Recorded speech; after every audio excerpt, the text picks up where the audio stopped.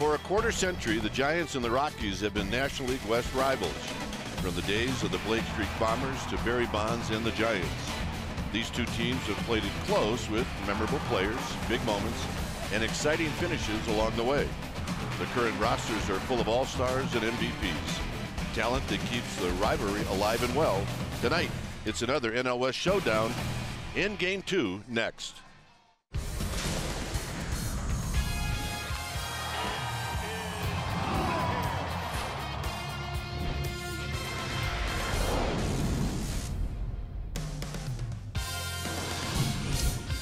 Another warm and beautiful night here in Denver as we get ready for Game 2 of this three-game series. Giants Rockies, welcome to NBC Sports Bay Area, and it's powered by Xfinity. Hi again, everybody. I'm Dwayne Kuiper. Alongside me is Mike Kruko. Well, the Giants take one on the chin in Game 1, so now it's Game 2. Yeah, kind of a swing game, big game, and they'll hand the ball to Chris Stratton. And what does Stratton have to do? Well, in this ballpark, it's always the same formula. Number one, find that rhythm early. Number two, you cannot walk anybody. And number three, pitch to your strength. His strength, you've got a corner pitch with your fastball. Establish that, and he'll do fine. Hunter Pence gets a start as he's in right field tonight. We'll look forward to his at-bats. All right, stay tuned. We'll take you to our NBC Sports Bay Area studios for an update, and we'll do that right after this.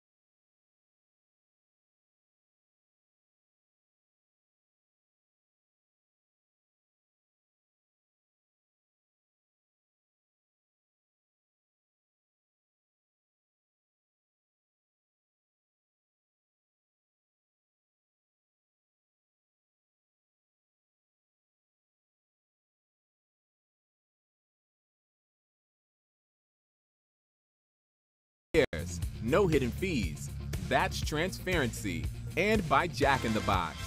Try the $5.99 Jack Spicy Chicken Club combo with toasted sourdough. New from Jack in the Box.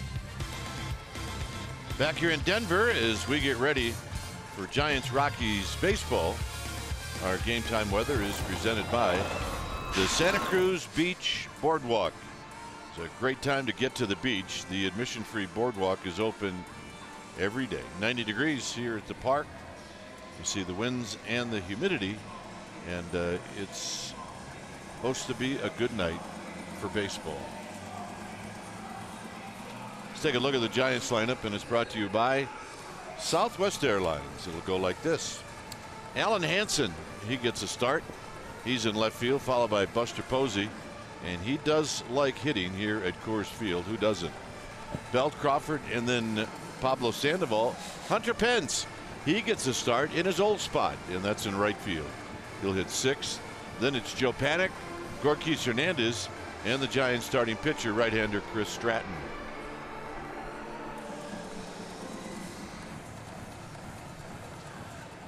Right now, it's time for our Coors Light Refreshing Finish. Time for our Coors Light Refreshing Finish means that Joe Panik is going to take on Antonio Senzatella. And why is that important? Well, he's got him in his book twice. April 22nd of 2017, he had a home run, and he got him again in June of 2017. So, 2 lifetime homers off Antonio Senzatella, who will be the starting pitcher for the Rockies tonight.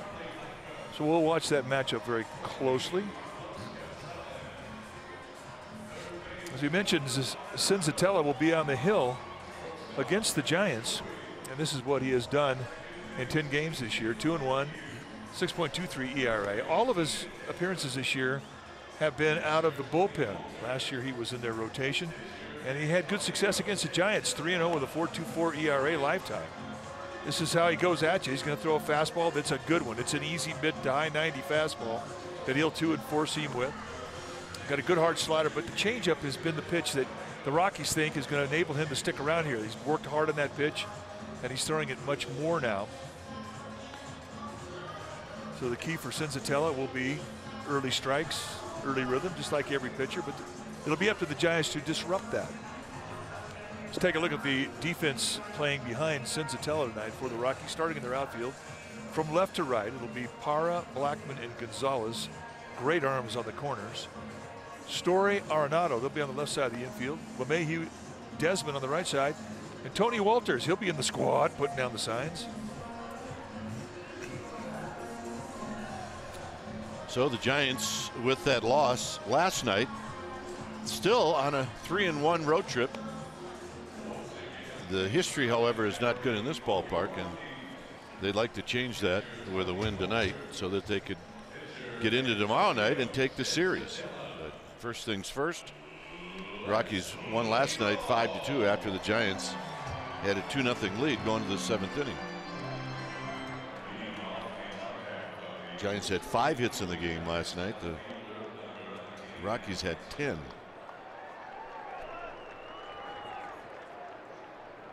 So here's Alan Hansen as we get ready for baseball. Hansen had 1 of the 5 hits as he takes a called strike, and this game gets started. It gets started 2 minutes late. What's up with that? So we get started at 6:12. Hansen takes outside for a ball. Angel Hernandez is calling balls and strikes. It's Bill Miller, Todd Tickner, and Alan Porter from first to third. And Angel Hernandez is the guy that he'll start off the game with a low ball umpire. You'll see low, high, knee-high strikes, a lot of them. And as the game progresses, it has a tendency to rise up a little bit. You'll see more belt-high strikes later in the game. And his strike zone can be a bit narrow. The 2-1, and Hansen drives it into right field, a base hit. So Hansen will obviously not challenge Carlos Gonzalez, and he opens up the game with a base hit. And here's Buster Posey. Buster last night went 1 for 4. His double knocked in a run. Hansen is the only regular in this lineup that has never faced Senzatella. Sandoval's only had 1 at bat against him. Buster's had 5. He's 1 for 5 with a double, and he takes a breaking ball for a strike, and it's 0-1.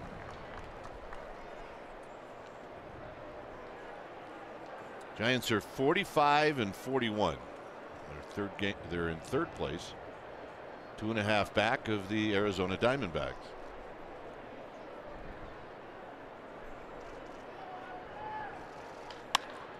Center field, Blackman moving back as it starts to carry, still moving back. He makes the catch. Hansen actually read that a little too late to tag up, but that's what he wanted to do. Well, that is an indicator as to what type of carry you have in this ballpark tonight. Giants did not take batting practice before the game today, so you never really had a true idea of just what the carry's like. But judging from that fly ball, it's going to be a hot night. Yeah, keep the ball down. Here's Belt. Belt is tardy, and it's no balls and 1 strike. Belt at 295, 13 home runs, 39 runs batted in.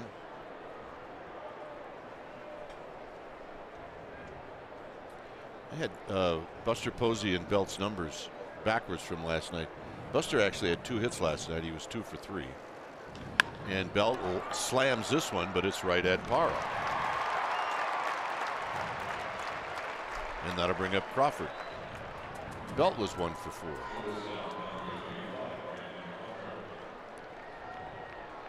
So here's Crawford. Crawford at 311 with 10 home runs. 39 runs batted in. 0 for 3 with a couple of strikeouts last night.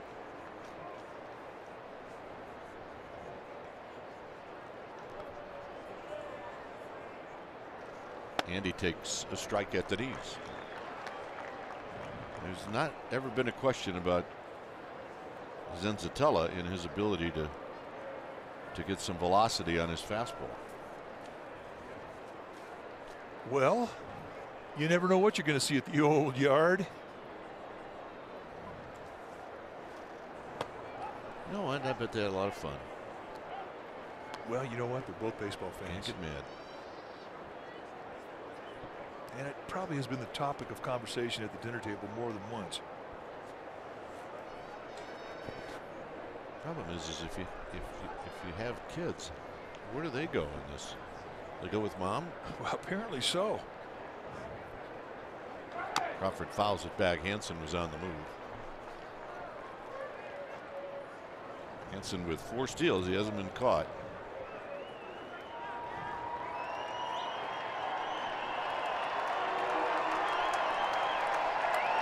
I think I have 1 in my house that would have gone with mom. You had a few more in your house. I don't know. I know for sure I'd have 1. I'd like to hope I had 1. In the dirt, it's 2 balls and 2 strikes.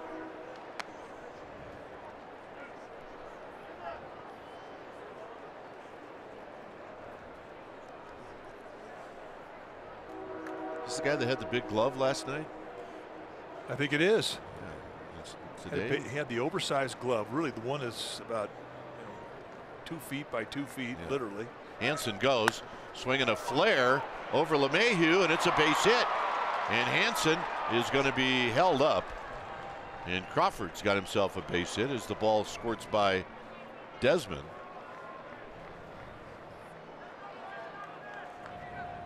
And Pablo Sandoval is going to get a shot at his fellow countrymen.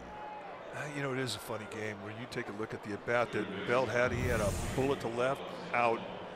Crawford, as you see the pitch, it's brought to you by SoFi, a modern finance company. He gets jammed, fights it out, doesn't hit it very well. That's a big league knock. Funny game. Here's Sandoval, 0 for 3 last night, hitting .262.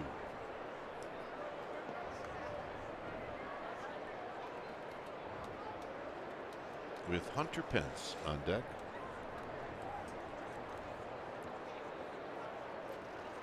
Outside and high, 1-0. Sandoval's only faced Zenzatella one time. He's 0 for 1.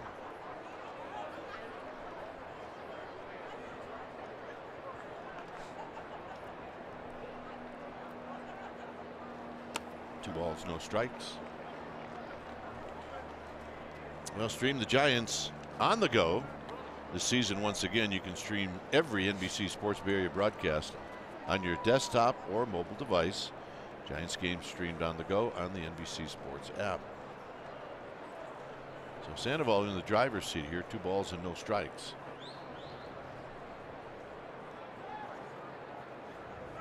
And he pops it up. So that's not going to do it. Side retired. Giants strand a pair. Stratton coming out. It's 0-0.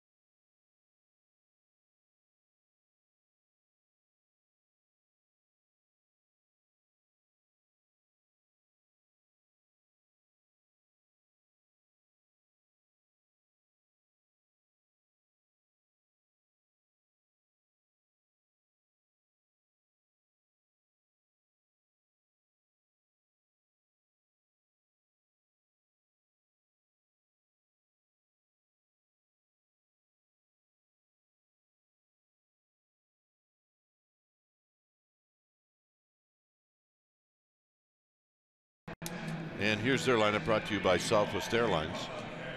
LeMahieu, who loves to hit against the Giants, followed by Blackman, Arenado, and Carlos Gonzalez, who'll be the cleanup hitter. Trevor Story 6th, then is Parra, Desmond, and Walters, and Zenzatella will hit 9th.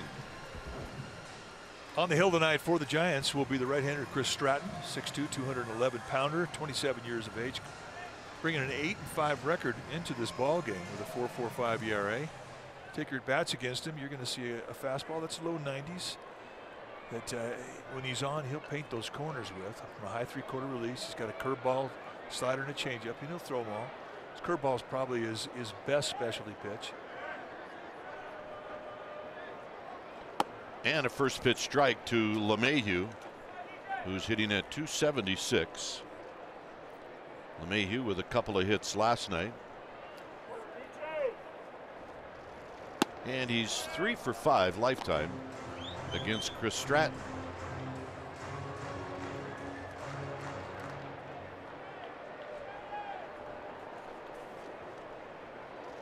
Fouls this one back. It's 1-2.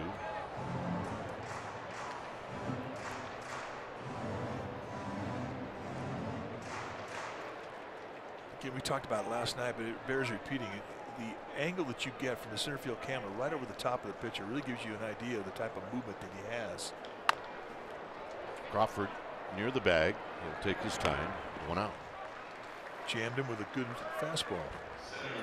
Let's take a look at the Giants defensively tonight behind Chris Stratton. Starting in their outfield from left to right, it'll be Hansen, Hernandez, and Pence. Crawford, Sandoval will patrol the left side of the infield. Panic and Bell will be on the right side. Buster Posey, he'll be in the squad, putting down the signs. So here's Blackman.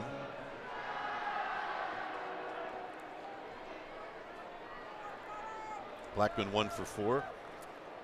Blackman's base hit yesterday, which went about 30 feet, was one of the biggest hits in the game. Came in the 7th inning, a jam shot past Bumgarner.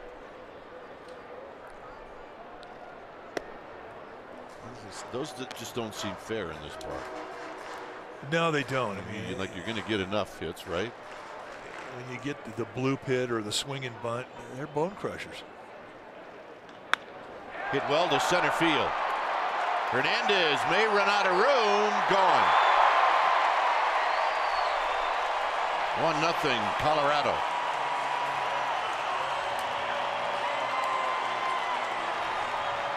And that's home run number 15 for Charlie Blackmon. Well, he took on the deep part of the yard, straight center field.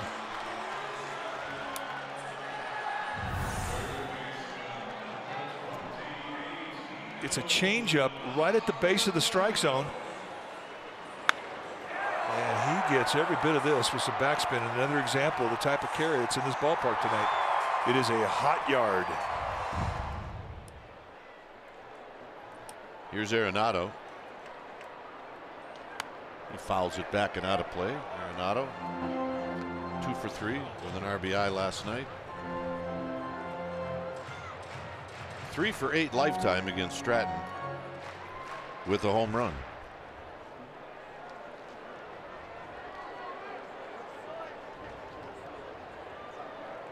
And he rolls this one away from the shift, and he's got a base hit. Tell you, the way he swung at that looked like he tried to do it.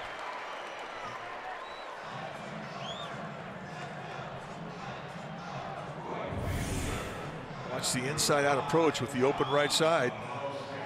I mean, that's absolutely what he's trying to do, and you can't execute any better than that. And I guess you could say, if you're Bruce Bochy, if you make a guy who's got home run power and has done the damage with extra base hits that he's done lifetime against the Giants, if you get him to hit a little roller on the ground and take a single, I guess you might feel good about it. That's a tired argument as far as I'm concerned. Yeah, we're talking about a hot night at the yard where routine fly balls have a chance to get out of here. You know, but the next 3 guys all can hit the ball out of the park with a runner on, out of the stretch. Well, from a hitting coach perspective, that was a perfect at bat. Line to left. Hansen is going to put it away. And here's Story.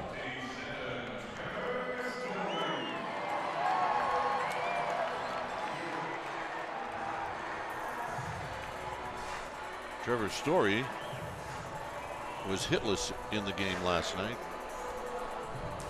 He's got 16 home runs, 59 runs batted in, and he's 3 for 6 in his career against Stratton.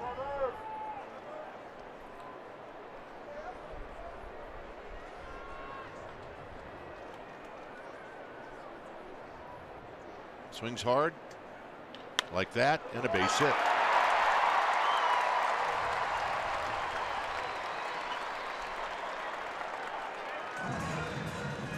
And here's Parra.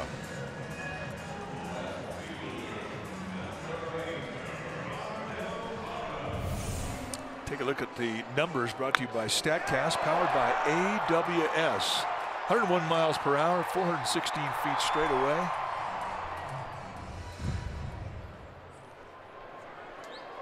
Parra hitting at 305. He's got some ownage on Stratton. He's 4 for 7 lifetime.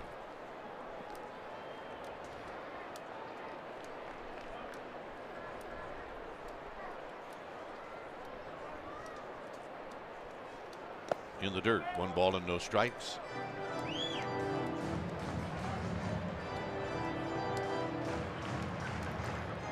So many similarities in Gerardo Parra and Carlos Gonzalez in their swings, in that they both like the ball middle away.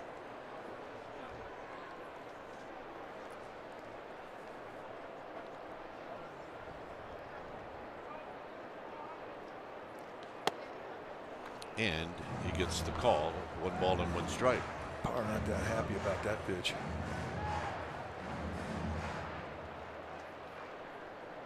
But that's good. I think in a live ballpark like this, it isn't a bad thing if you have an umpire that will look for strikes.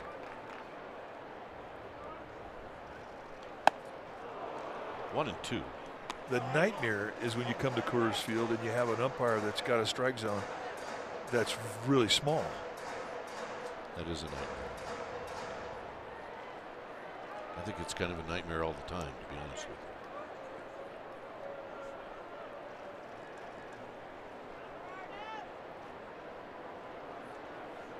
Stratton looks to second. And another block by Buster Posey. 2-2. So how do you like the catcher's gear for Buster Posey tonight? Oh, I like it. I do too. These 3 days, the teams all around the major leagues are going to be wearing their uniforms with a red, white, and blue theme. And Buster Posey's gear, it's definitely a salute to the 4th of July.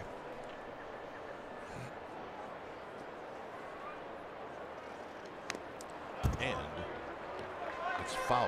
When I walked through the clubhouse last night after the game on the way to the bus, Brad Grims was still trying to fix Buster Posey's mask. And he said at one point he may have to order, there's Brad, the front part of a mask, because it was bent. He got a foul tip. I don't know if it was in this 6th or 7th inning. This will be pitch number 18.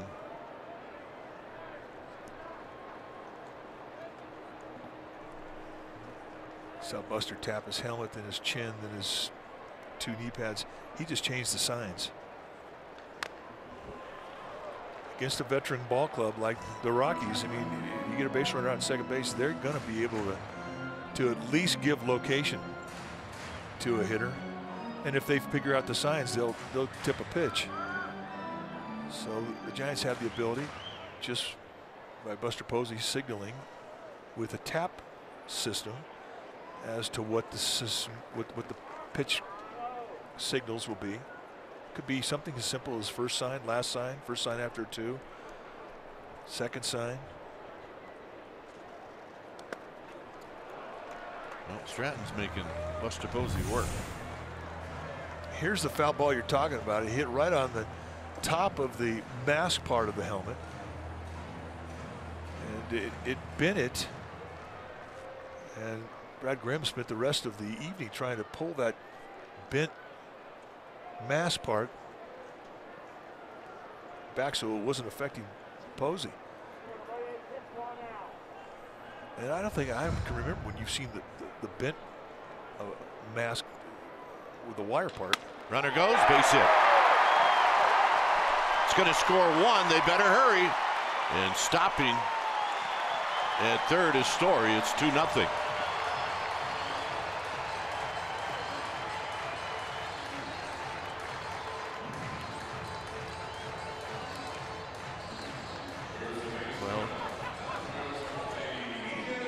Stratton's inning this year his tough inning has always been the first inning.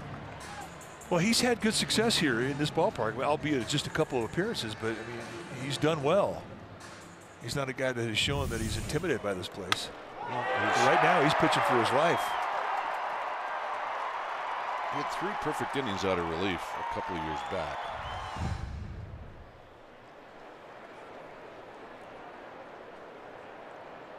So here's Desmond.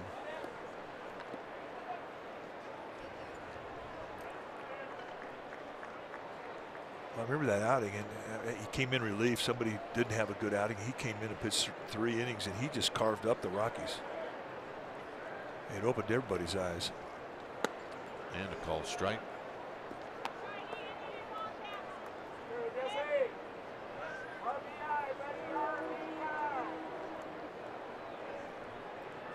Desmond 0 for 3 with a walk in the game last night.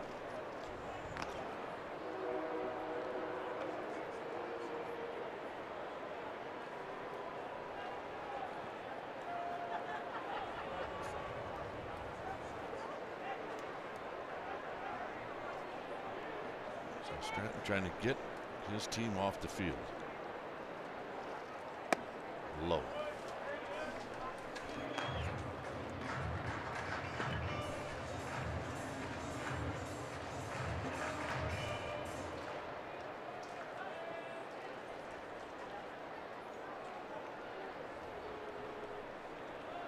Waiting on deck is Tony Walters. This is the 7th Rocky to hit here in the first inning.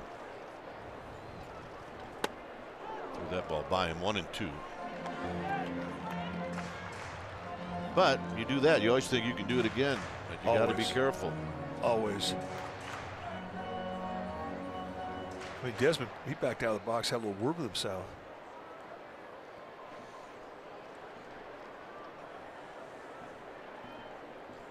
And Posey wants to see it again.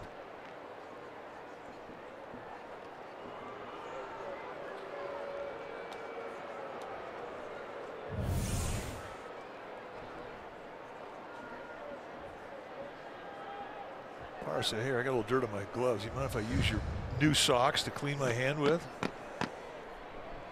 Not a problem. Full service first baseman.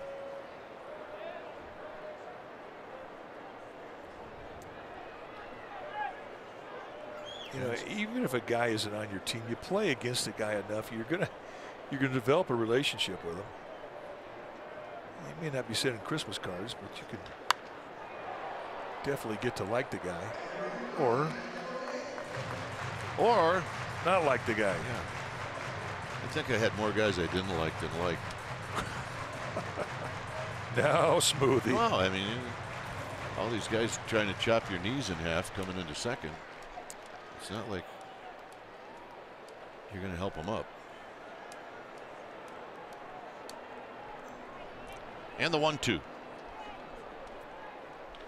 Tapped to panic. Side retired. So Stratton limits to damage. It's 2-0 Colorado.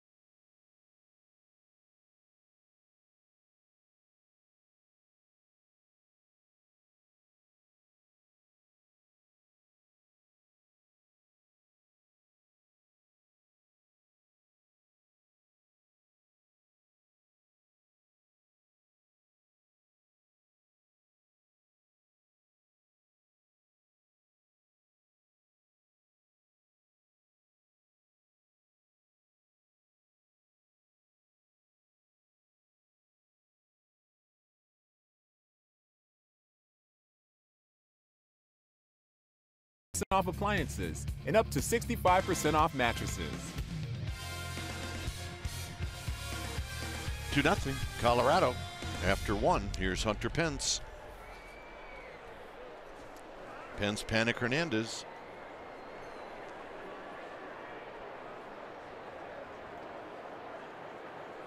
And a called strike. 1 for 5 lifetime for Hunter Pence against Zenzatella.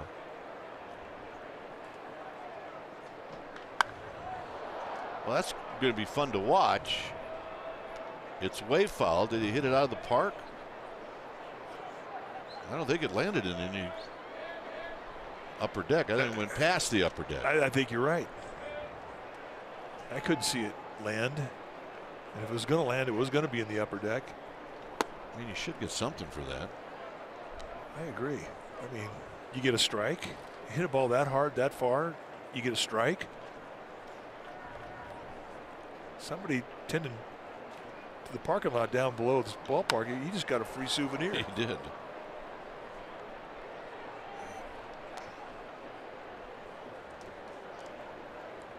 Panik to follow, and then Rockies Hernandez.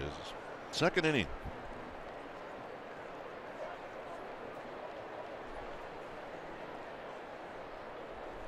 Pence takes low.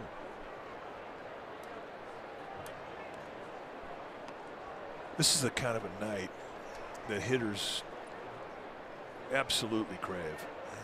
Warm night, easy to get loose, easy to get extended. Ball, you're going to get lots of carry. Field's hard, you're going to get a fast infield. Pence slipped out of the box as LeMahieu throws him out. Well, on Saturday, July 7th, as part of the Giants' 60th anniversary celebration, the Crazy Crab, the anti-mascot from the 80s, is going to make an appearance. The first 20,000 fans will receive a Crazy Crab scarf courtesy of Good Neighbor Pharmacy. Buy directly from the Giants at sfgiants.com. That's right, you heard me. Buy directly from the Giants at sfgiants.com. Well said. What do we got here? I was concentrating on you reading that promo and doing it correctly. There was pressure. We got an outside source who put a lot of pressure on us. Well, right now they need the ground crew member to come in there, and you can see the slip marks from Hunter Pence when he left the box. He spun out. Watch as he comes out of his backswing. As soon as he plants that left foot, he spins out. I mean, that's it sprinkled a little bit last night. Well, there's so much clay in the mixture of the dirt in the batter's box and on the mound that at times it can be a little too wet. And when that happens, you can do exactly what we saw Pence do, spin out. So their only resolve, which is kind of like a cure-all panacea, it's turfus. Drop a little turfus on it. And what turfus is an absorbent.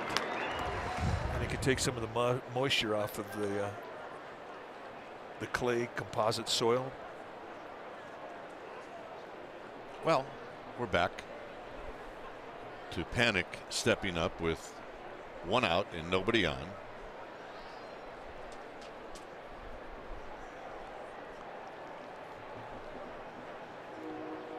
In tight. Panik last night 0 for 3.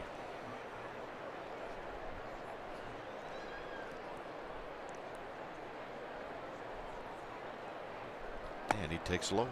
It's 2 balls and no strikes.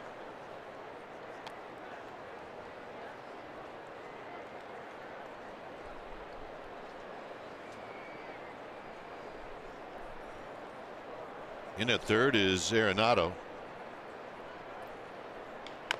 Panik rolls this one softly foul. Desmond was trying to get to it as fast as he could to try to keep it fair. He did not.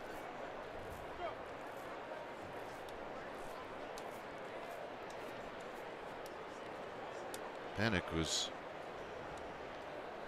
having heavy thoughts of making sure that ball did go foul. There's the hit chart for Joe Panik.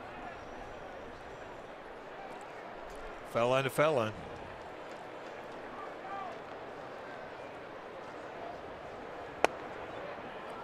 Three and 1. Make it 2 and 2. With Rockies to follow. Out of play.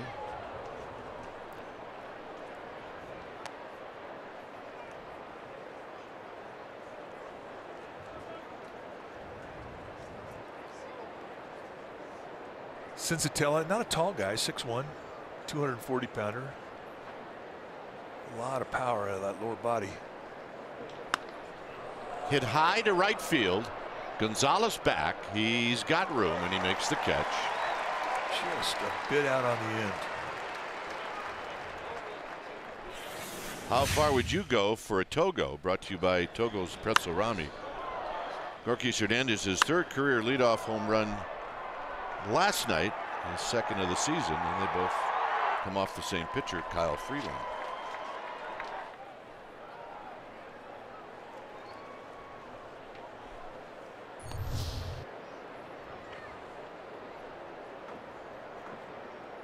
Here he takes one on the outside corner for a strike.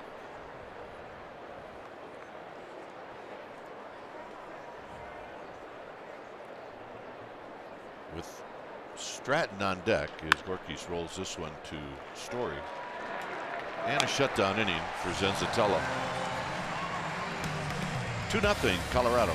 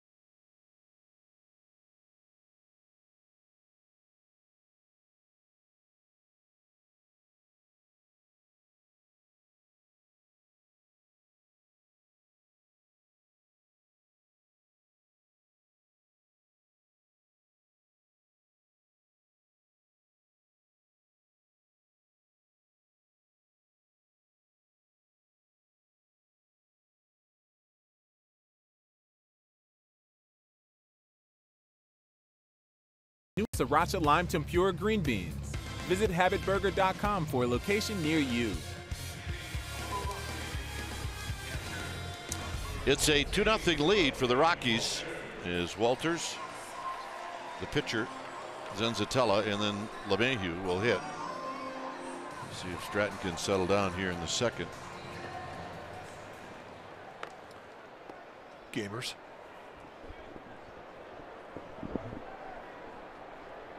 Yeah, they're not worried too much. No, they know Coors Field. On the ground to Belt, and Belt is going to juggle it. Well, you said, you know what? My big flipper's not a problem. And here's Zenzatella.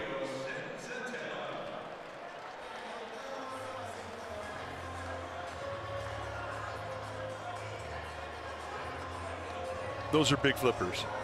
And those are fireworks that adorn his big flippers, his size 15s. When they changed the uniforms and they dropped the themes on them, Mother's Day, Father's Day, Memorial Day, Labor Day, 4th of July, and Players Day, which happens in August. Some guys have a lot of fun with it. Other guys simply tolerate it. But Belt's one of the guys, he embraces it. He gets into it. He likes the socks. He gets the shoes. I mean, he goes all out. Stratton to Belt.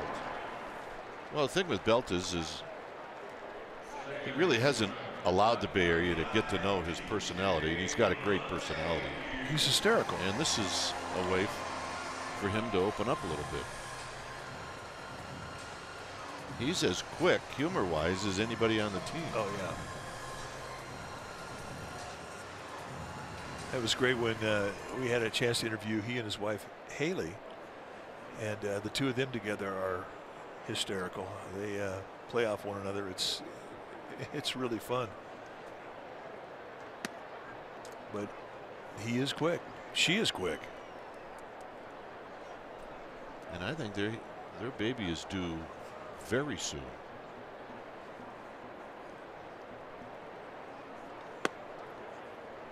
Bang, bang. 0-2.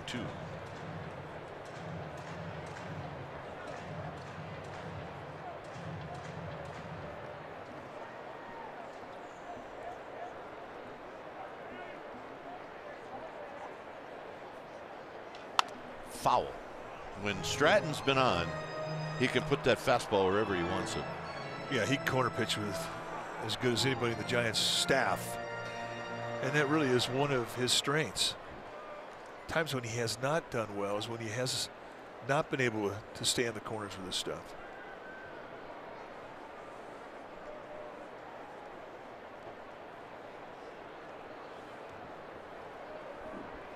So another 0-2 pitch. Stratton steps off.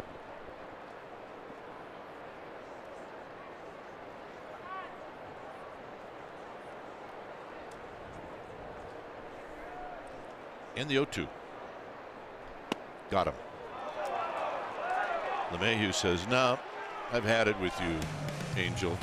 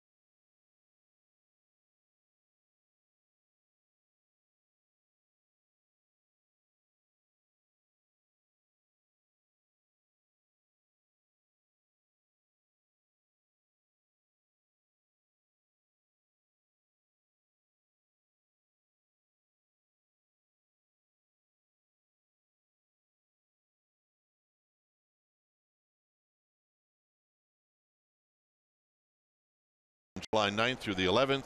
Both Monday and Tuesday are 7:15 start. Day baseball on the 11th. That's the Cubs and the Giants. Buy directly from the Giants at sfgiants.com. That's right. Buy directly at sfgiants.com. I see you were feeling the heat a little bit there too. Of course. I Nice got the job. same message you did. Excellent. Stratton takes a strike. It's 1 ball and 1 strike.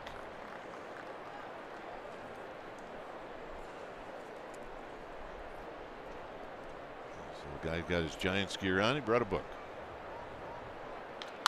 On the ground, a 1 hopper to LeMahieu. 1 out. All right, speaking of LeMahieu, let's take a look at the strikeout pitch that he was not too enthusiastic about. 94-mile-an-hour fastball right at the base of the strike zone, and LeMahieu's going, serious. I can't hit that. I mean, he dropped his helmet, and Angel Hernandez picked it up. Well, it came back, and it almost hit Hernandez. I mean, he didn't throw it. He threatened like he was going to, then he just dropped it out of his hand. But Bud Black, the skipper of the Rockies, for a second thought he was going to lose his second baseman.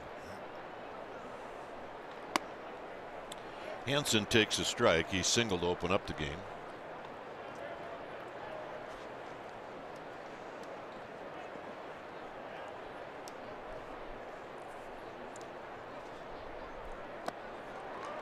No balls and 2 strikes with Buster Posey on deck, and then Belt.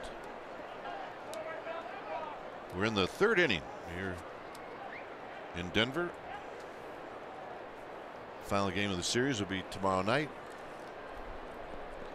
And then the Cardinals will be in San Francisco for 4 games. They are in the desert tonight against the D-backs. D-backs have lost 4 straight.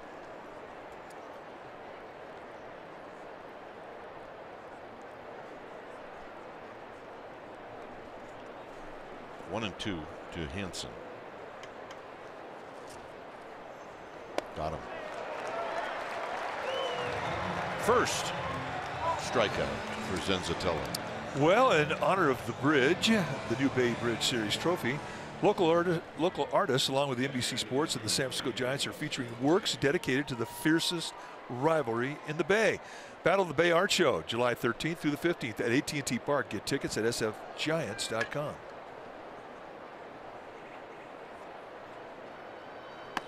Buster takes outside for a ball, 1-0. Hit a fly ball to the warning track in center field. That was caught by Blackman.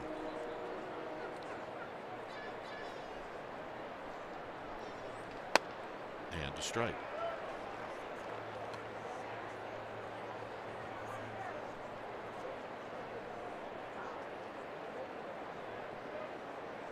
Belt to follow. Should Posey reach? And it's low.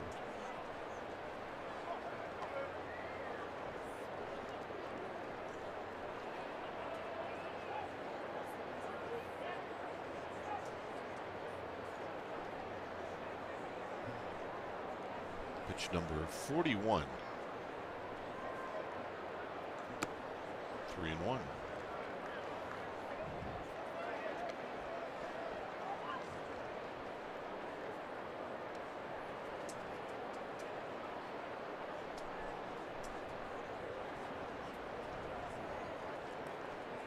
See if Buster gets something that he can drive. Ahead in the count. 3-2. Well, that's some 3-1 paint right there at 95 with a little cut on it. You can't throw a better pitch than that on a 3-1 count. Tony Walters stuck that. The way he cut that got the strike. Posey out of play. So he comes right back with 96. Same movement, same location.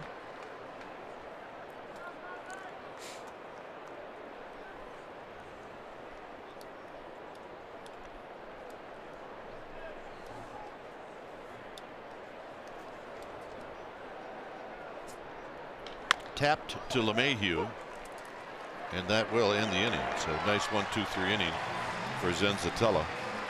The big boys are coming up. Blackman, Arenado, and Gonzalez.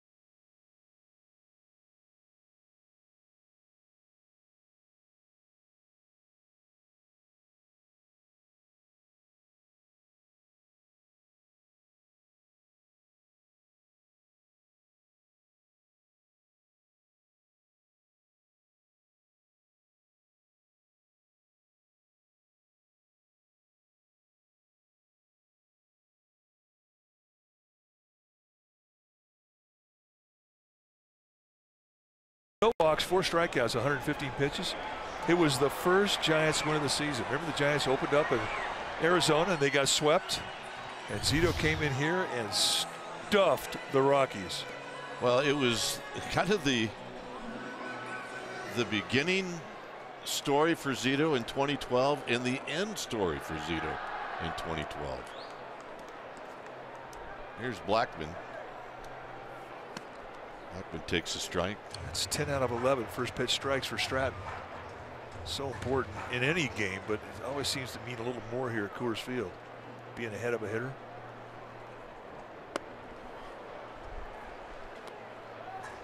Oh, 2. Yeah, that really was a huge part of the energy in that clubhouse that year. Barry Zito, from his first start all the way to his last one. Indeed. Down the right field line, foul.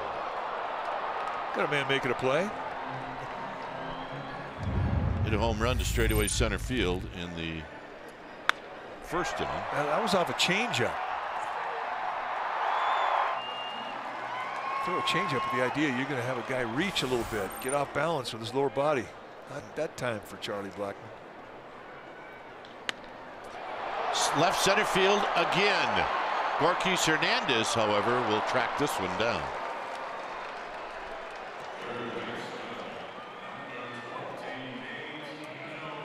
Here's Arenado.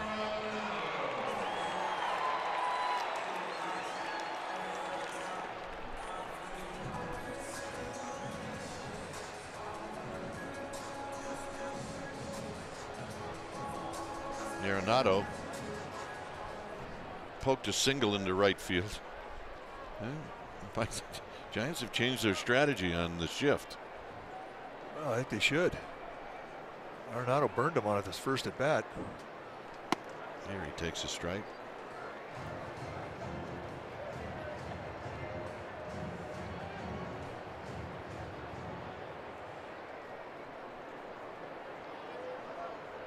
Foul back.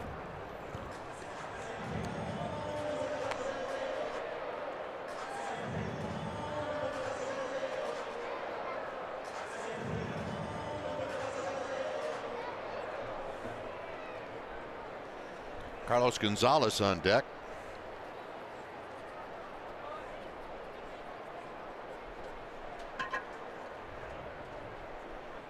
And a little low. It's 1-2.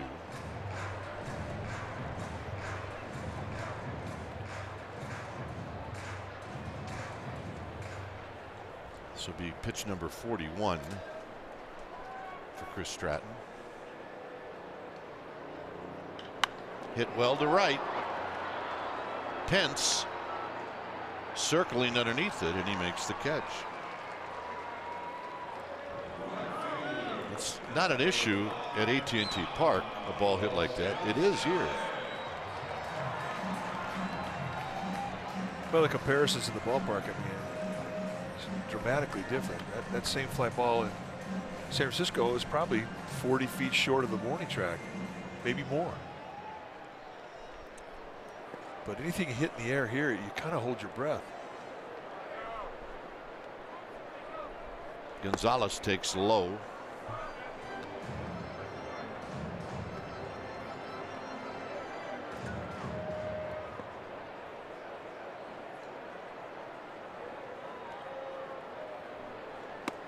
There's a strike on the inside corner.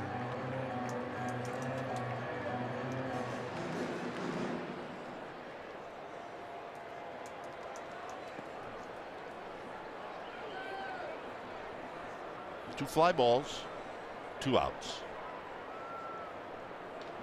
Up high, 2 balls and 1 strike. Arizona and St. Louis will start a little later, as will the Dodgers and the Pirates.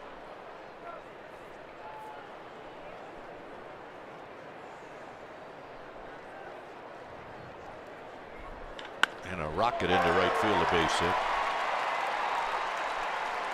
Tell you, that's a nice play there by Hunter Pence, who did not have a lot of time to go to his right and backhand that ball. I mean, that was a loud contact, but again, it gives you an idea of how fast the gaps are. And that really got on Pence. So in the end, he winds up holding Gonzalez to a single, but everything about this ballpark is geared to the hitter. Look at the exit velocity, Mike. 116 miles per hour. That is the hardest hit ball that I think Giants have seen hit against them this year. I think so. Here's Trevor Story. He's got a base hit to right field.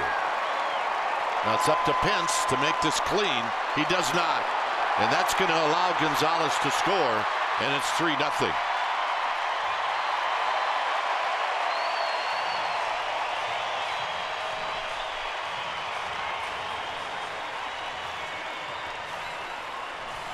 Well, if Hunter Pence picks it up, it's 2nd and 3rd. Here's where the ball hits the cement beneath the padding of the wall and really shoots right by him. I mean, he didn't expect that type of a carom.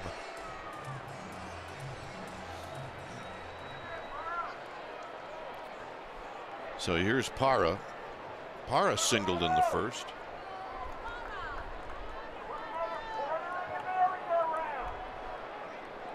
Yeah, you're going to get some weird bounces. You get padding and then you have concrete underneath. This is hit out to Alan Hansen, and that'll end the inning. So 2-out single, 2-out triple, 3-0.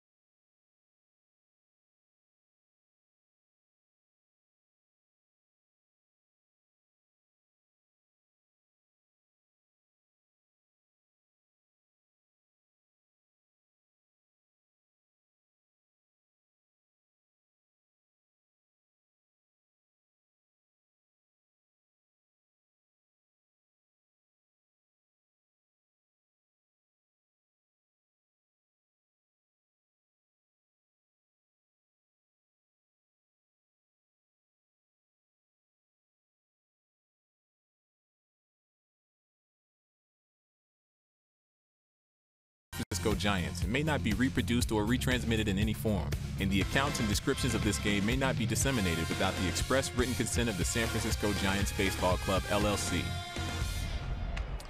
It's 3-0. It's a Giants family.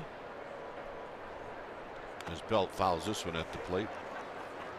Well, I think they are ready for a little offense from the orange and black. I think you're right. That's what Mom's saying. Don't worry, be patient. They're going to score lots of runs.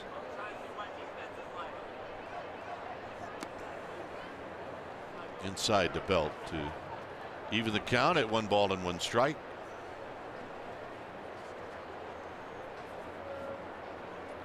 Belt hit a line drive right at Gerardo Parra in left.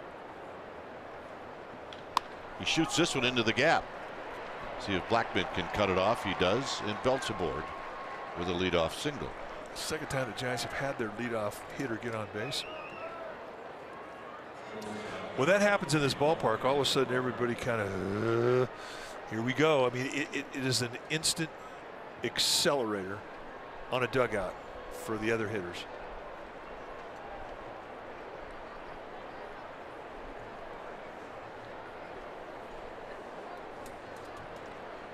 Crawford dumped a little single over LeMahieu in the first. Shoots this one into center field. Blackman Looks like he's got room. Belt goes back to tag. And he does a good job as Blackman makes a good strong throw. If you do what Belt did, sometimes you can see that that throw is going to be way offline, and then you keep going. Make your outfielder make a throw. It works very well, obviously, on balls hit to left field because you got a great angle as to what the throw is going to look like. Here's Sandoval, who popped out in the first.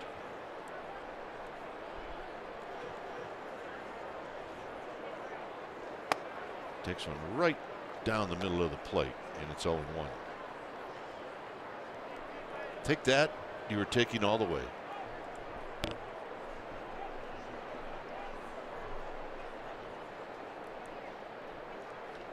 Foul back.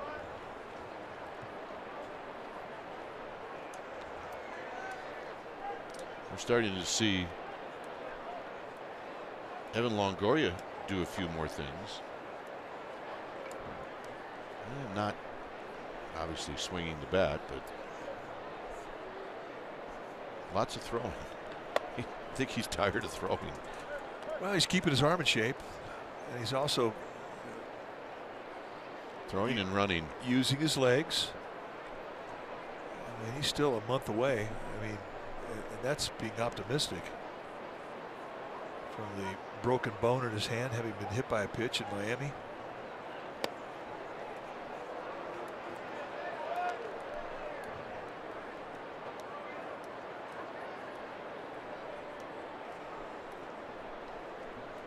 So 2-2 to the Panda.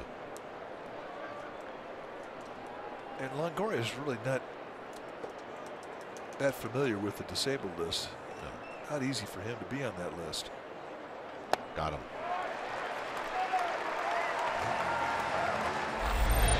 So let's take a look at Evan Longoria before the game.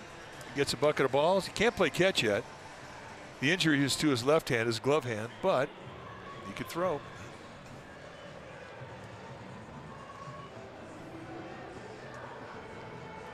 A long toss, keep your arms strong. Plus, there's nothing greater than the game of catch. Hunter Pence takes low. Pence rolled out to second in the second. So Evan Longoria, he can't play catch, but he can play throw. Yes. Which it really isn't the fun. Well, for me, it wasn't the fun part. The fun part was actually catching the ball. Look out, breaking ball, 2-0.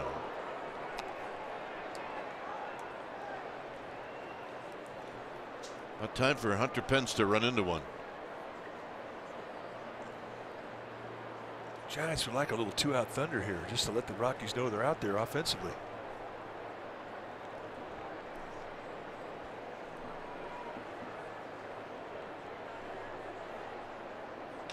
Slowly hit. LeMahieu, more work. And that'll end the inning. Stratton coming back out.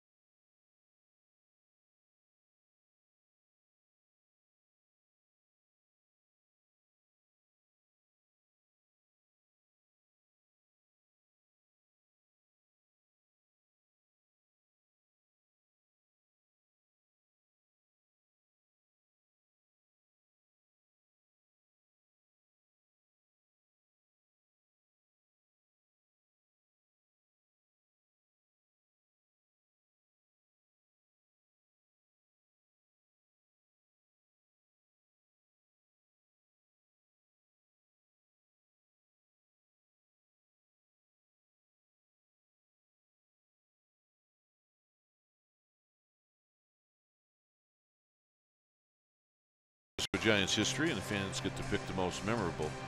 To vote for today's matchup, go to NBCSportsBayArea.com or on Twitter at NBCSGiants. Winner of this round will be announced on Giants Postgame Live. So here, vote for your favorite moment. Game 2, 2014 NLDS. Nationals, Bell hits the home run, or Matt Cain's perfect game, which happened in June of 2012. Desmond's going to lead things off.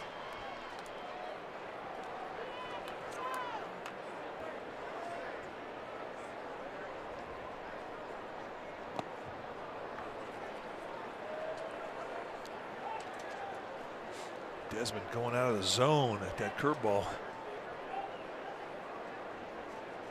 I guess one thing that really explains the .214 batting average that he carries here into July is he has not had great discipline to the strike zone this first half. And his batting average has suffered. I mean, he's still done some damage. You look at his home run and RBI numbers, but hitting for average hasn't happened. Shoots this one. Crawford shoots under his glove, and it's a base hit for Desmond. Belt's home run. Obviously, we all remember that.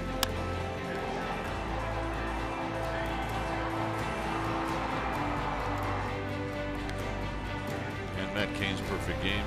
Obviously, we all remember that in June of 2012. Here's Walters. Walters hitting at 146 with 2 home runs, 11 driven in. He rolled out to Belt to open up the second. 7 hits now off of Stratton. And it's a call strike to Walters.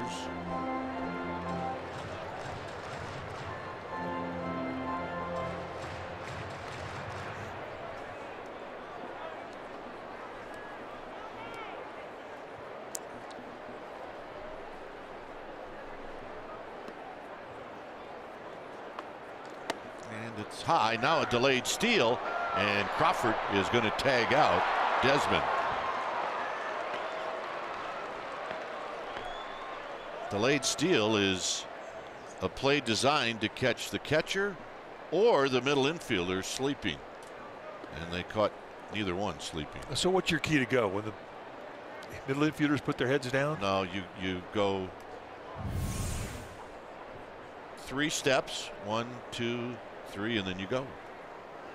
Posey from the knees.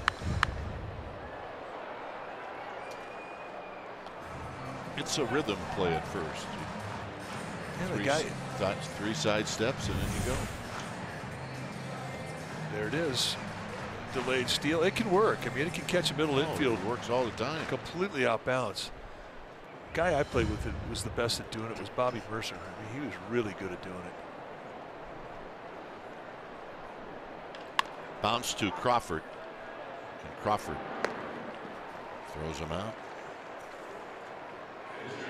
Crawford said on his air that he threw it at 80%, and if you watched him there, he made sure that he threw that at about 95%.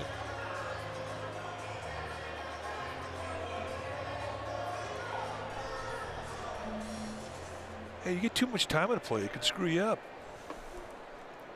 Here's Zenzatella. And a call strike.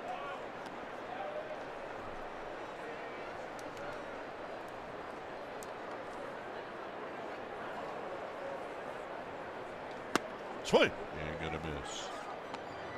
Nothing in 2.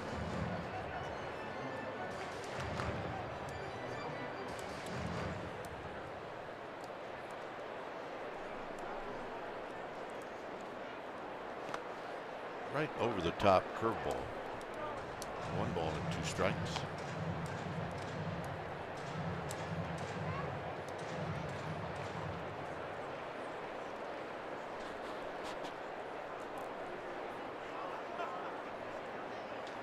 And that'll end the inning. Second strikeout. And for the Giants, it'll be the bottom 3 in their lineup. 3-0 Colorado.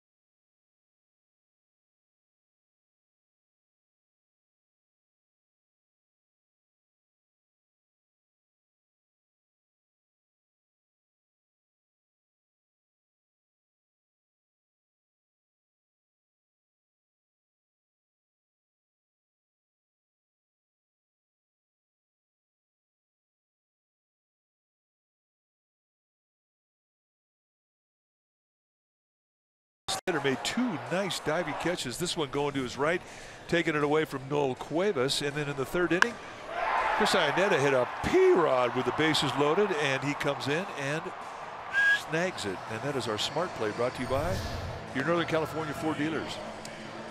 If I were Austin Slater's veteran teammate, I would tell him, defense does not get you into the starting lineup the next day, pal. Nope. It's all about the knock. 0 for 4. Scheduled and then I would smile at him and tap him on the back, say, it's all right. Hang with him, kid.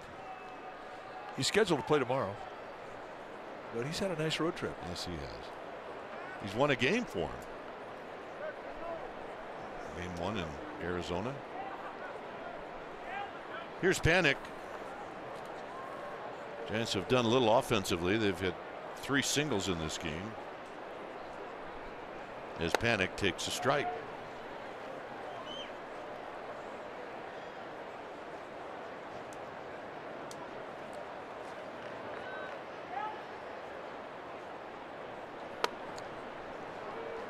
Well, Joe, it's a quick 0-2. Just setting him up.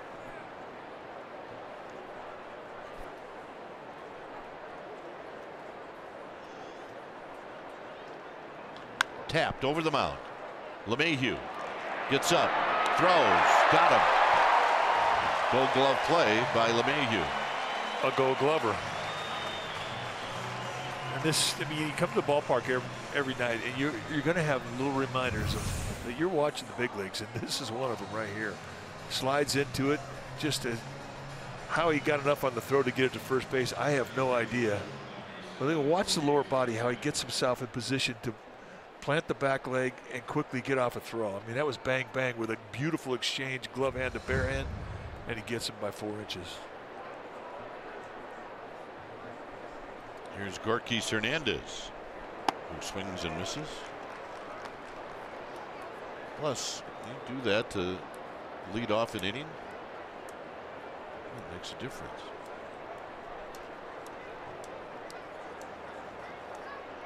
In tight, with Stratton to follow.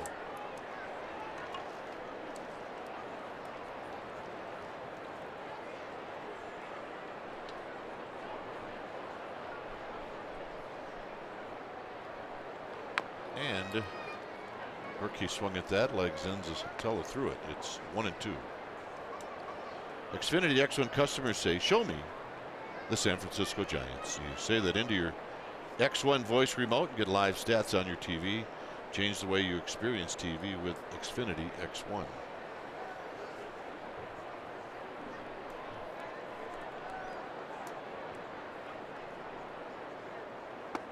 Got him.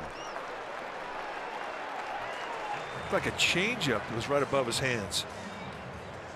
It's normally a location you go through with a fastball, but here a changeup, and it winds up doing the trick.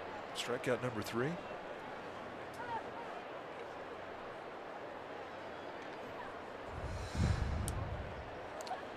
Stratton rolled out to LeMahieu.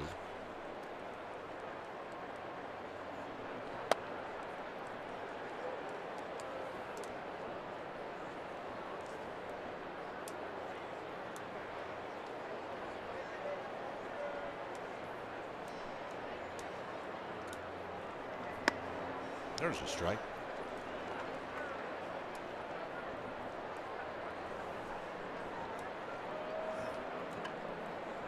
With Alan Hansen to follow.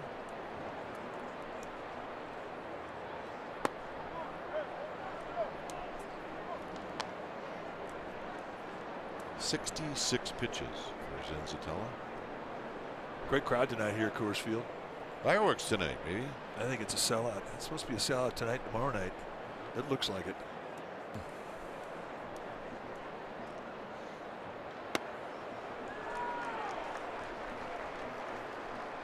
A pitch in this at bat has been called both a ball and a strike.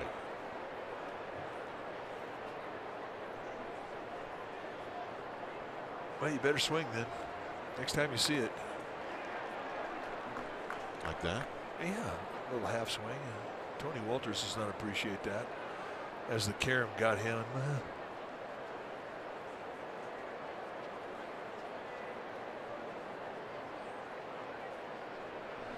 And this is the spot that you just don't want to get hit, ever.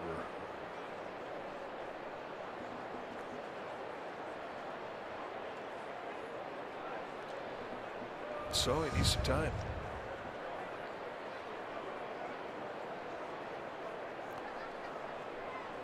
And your trainer, I mean, he's going to be your friend. But you're on your own. Yes. Okay, we're good.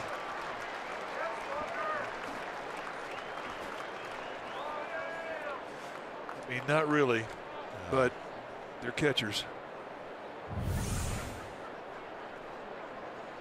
See it right there? That's the difference between him and me. I'm in the dirt doing snow angels. We're out for a month. And your reward is you get to catch some 95-mile-an-hour fastballs. I tip my cap to you, Tony Wohlers.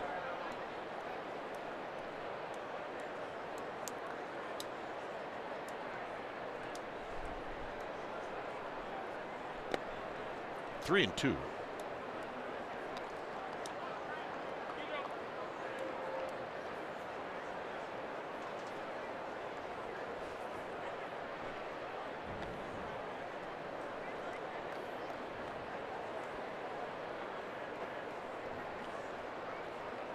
So Stratton trying to get on base, get something going with 2 outs. And that's not going to happen. It'll be the top of the order coming up.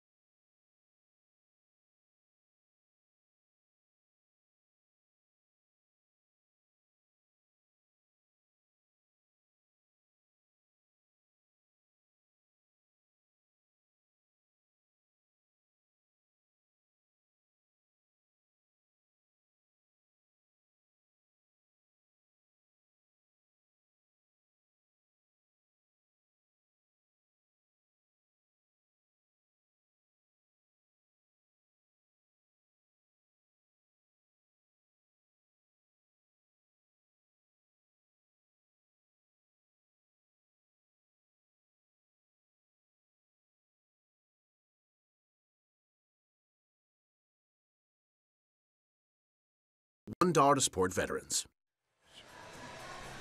Here it's 3-0 as we go to the bottom of the 5th inning.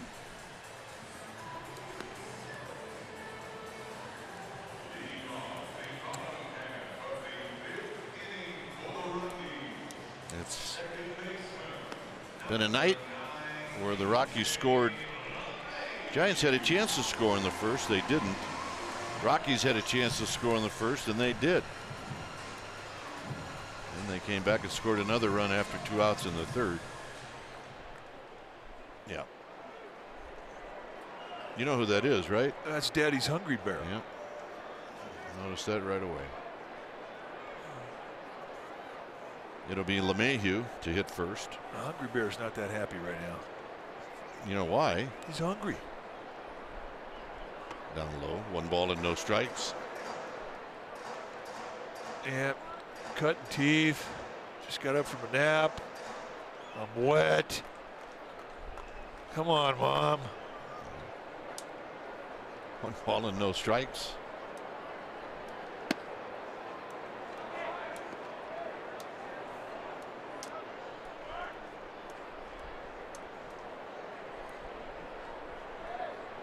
Blackman on deck. 3-0. There's Blackman.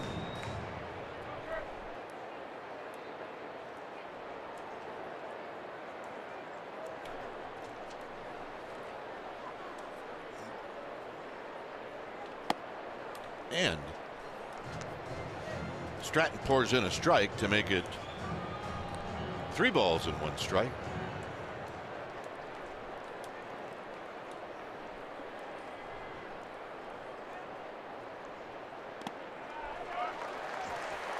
And that's a mistake.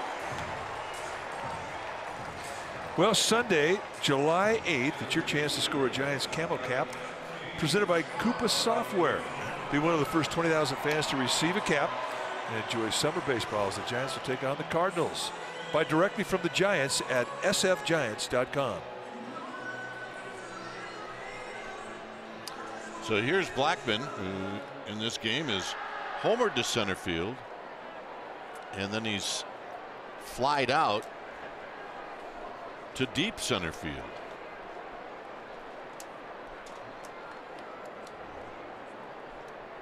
And he takes a strike at the knees, and it's 0-1.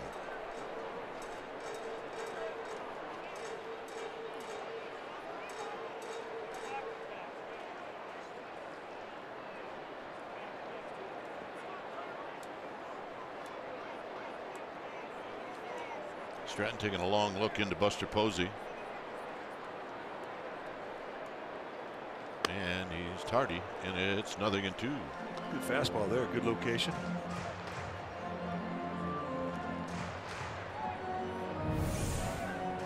Sit up in the outside corner, use too soon movement, little subtle movement running away from Blackman.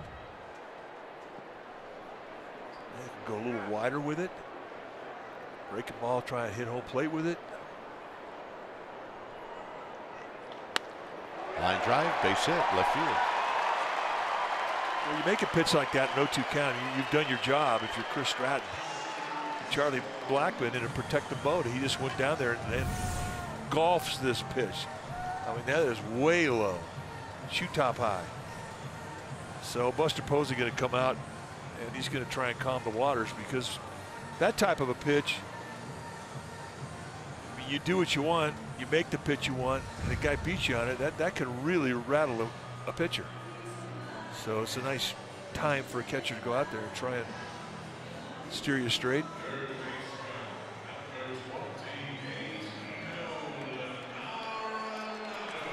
Arenado is 1 for 2. He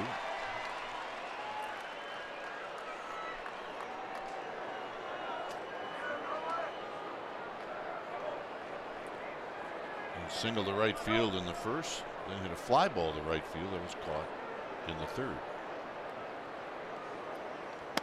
Here he takes a strike at the knees.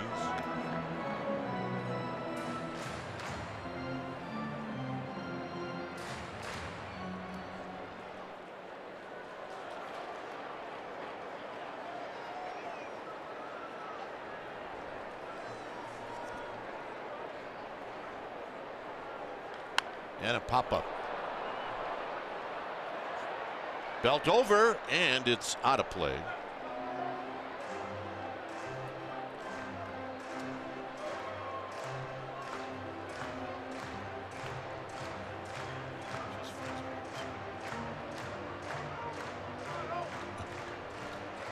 So Arenado falls behind 0-2.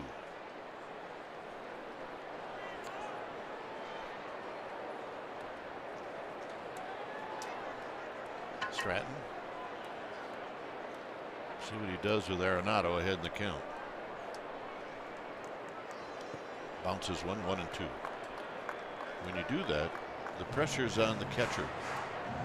Well, it is, especially in a game you're trailing 3-0, or you don't want to give up any gift of 90 feet. And if you throw a ball down the dirt, you have to believe that a catcher is going to block it and not allow the wild pitch.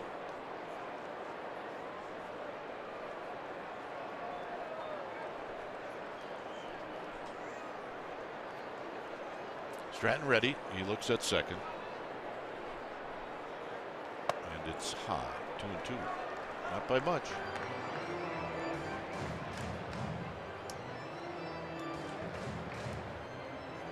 Well, that would have been a nice mistake. They set that target on the outside corner at the knees.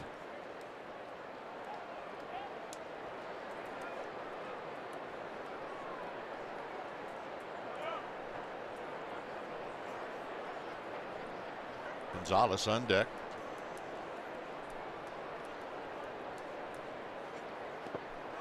Three and two. Another nice block. So 2 balls in the dirt both times. No base runner could advance.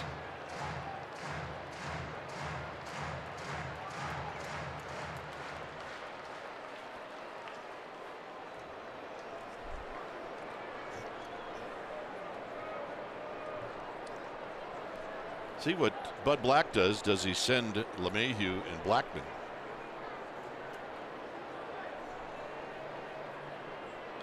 Out of play. He did not.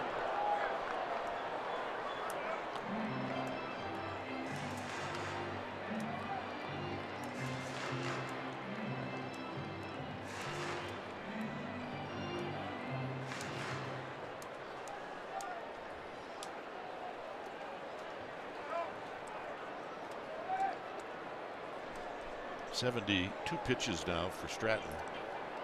It's about where he should be. He's not too far over where Kurt Young wants him to be. Out of play. I mean, ideally, you want to be 75 pitches or less when the inning 5 is over.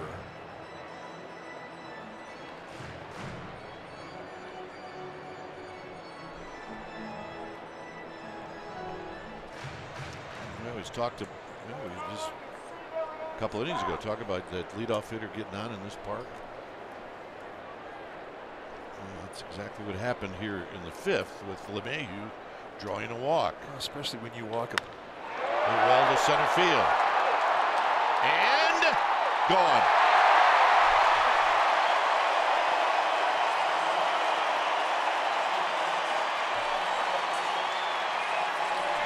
Arenado with his 22nd of the season. And that's a 3-run home run. Well, and that creates distance. 2 home runs by the Rockies tonight. Both have taken on center field.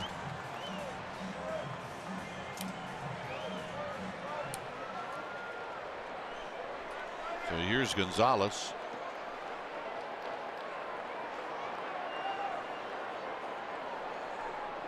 Gonzalez is lined out to left, and he's singled into right center field. Couldn't walk him. I mean, that's another changeup, just like the home run that Charlie Blackman hit. I mean, that's a 3-2 changeup. You think that he at least get a guy out front? Not happening.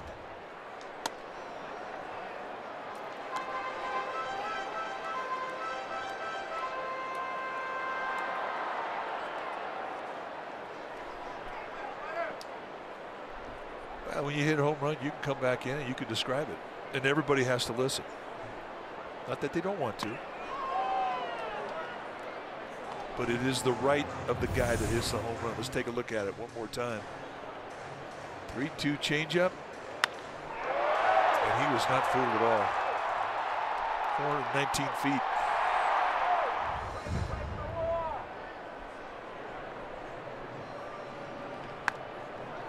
Check swing foul. The only guy that was fooled was the guy trying to catch it. Yeah, he took a tunnel. Bad route.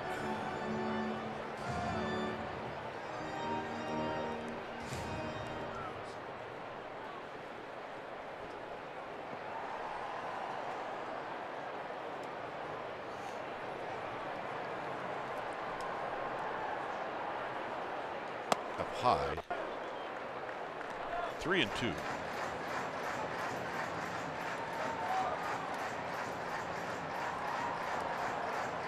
So you really have to force yourself to get your concentration back on the pitch if you're Stratton.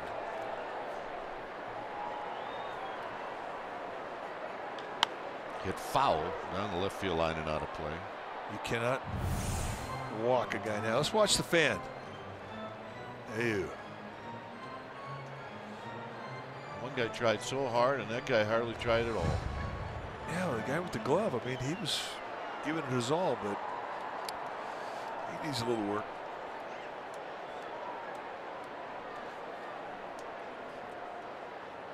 Hit on the ground to Belt. Belt says, I got it. He does. 1 out.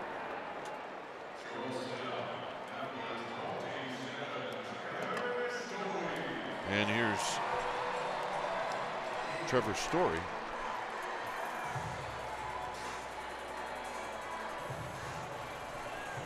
You do notice that there isn't anybody up in the bullpen. There is nobody up in the bullpen.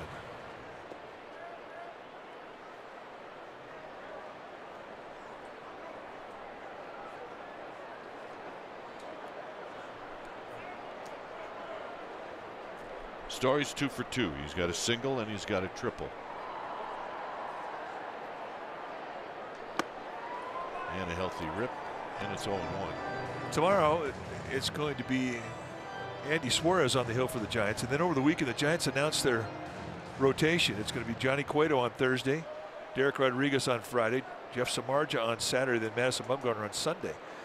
Derek Holland has been put in the bullpen, and he's there tonight.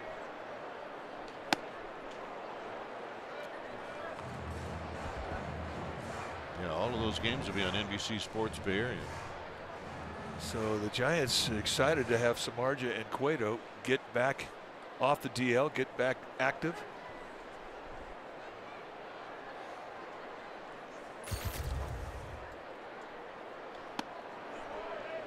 Pitches high to Story.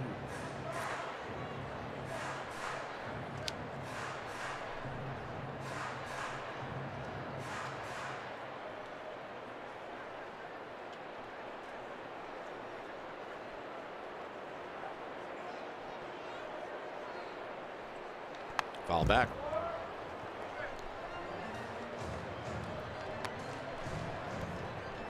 The Diamondbacks and Cardinals are now underway in the desert.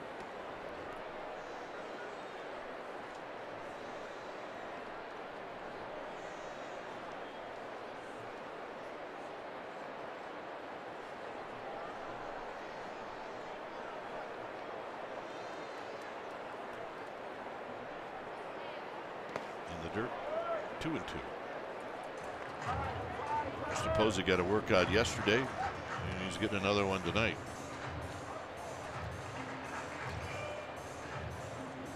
Well, I think that's what catchers come to expect. A little bit of abuse every time they put the gear on. Just kind of goes with the position.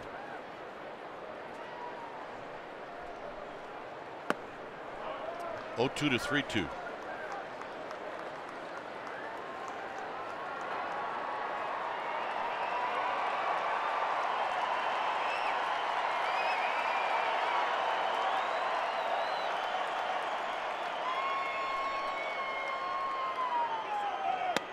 Got him. Curveball, good one. So again, the off-speed pitch, he has had no problem throwing it in 3-2 counts. Strikeout number 3 for Stratton.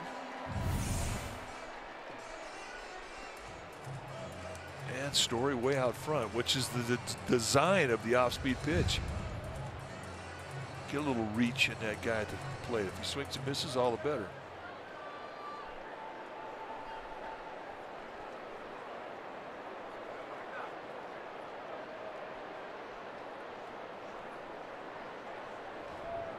Here's Parra. Parra takes a strike.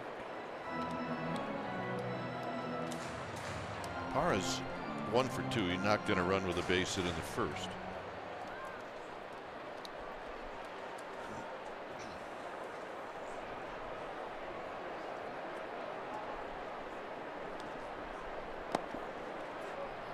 This game was moving along at a pretty quick pace. I think the Rockies were hoping it would slow things down a little bit because of the fireworks. Daytime fireworks, they're not that good. No, you gotta have darkness.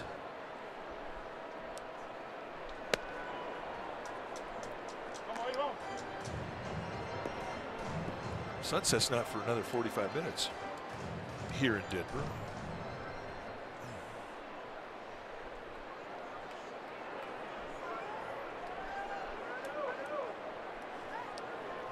And the 1-2 is poked foul.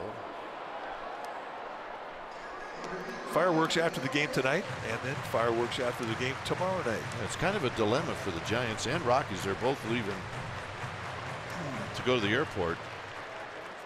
And they may hold off the fireworks just a little bit so both teams can get a quick shower and get to the airport. As that's bounced to panic, and that'll end the inning. 3 runs on the Arenado home run. It's 6-0.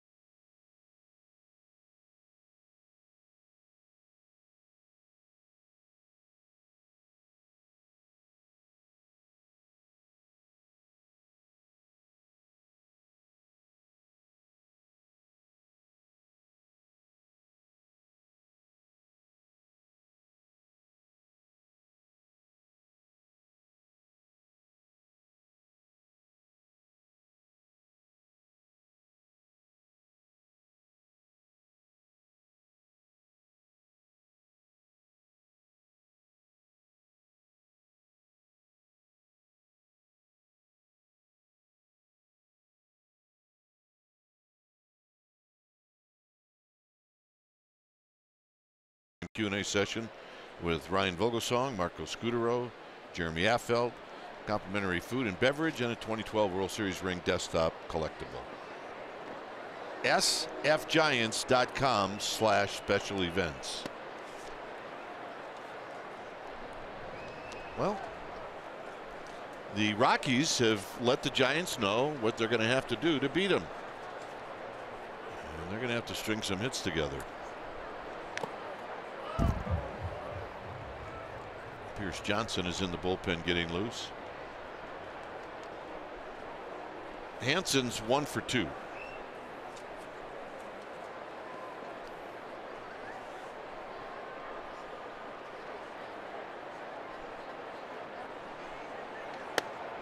Hansen takes a strike.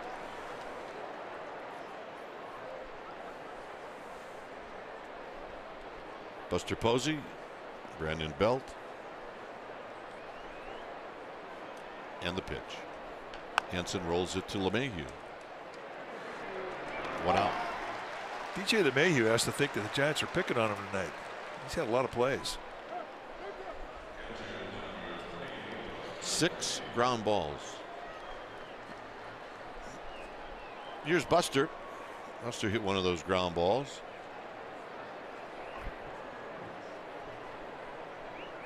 So from an old second baseman's perspective, I mean, that's a good night if you're getting that many. It plays. is a good night, but on this infield, I wouldn't want any. It is quick. 2 of the quickest infields in all of the National League are in the National League West. Here in Denver and then in Arizona. Well, you can see that they've watered it down in between innings, and you have to do that to see the discoloration of where it was watered. But in my mind, I'd like to have them do that between every inning.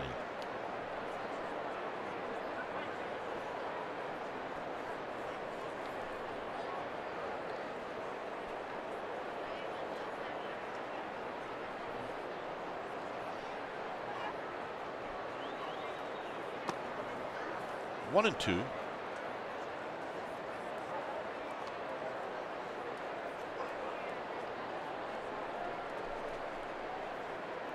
It's amazing how scientific groundskeeping has become. On the ground sharply, and Story stays with a wicket hop. Kind of like on cue to what we're talking about. 2 down. Quick, hard hit ground ball. That's a play you look at it and you think, well, that's a routine play. That was not anything close to routine as to how it got on Trevor Story. That ended up being a nice play.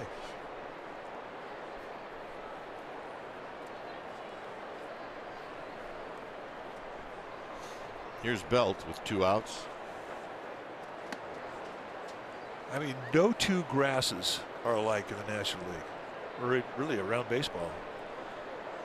The sod types are designed specifically for the environment.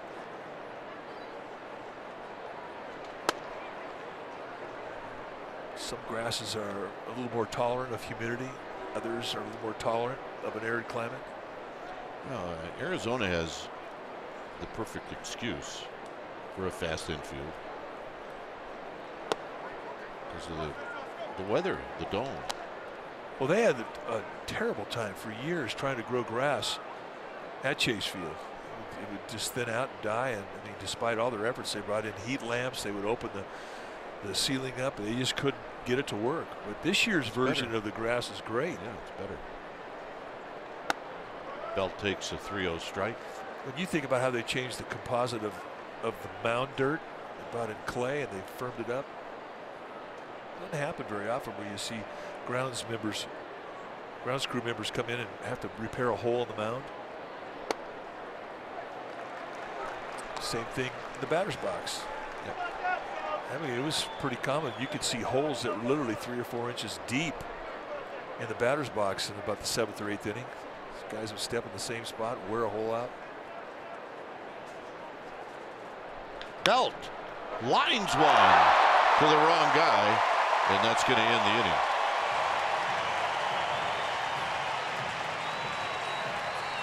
It'll be Desmond to lead things off. It's 6-0 Colorado.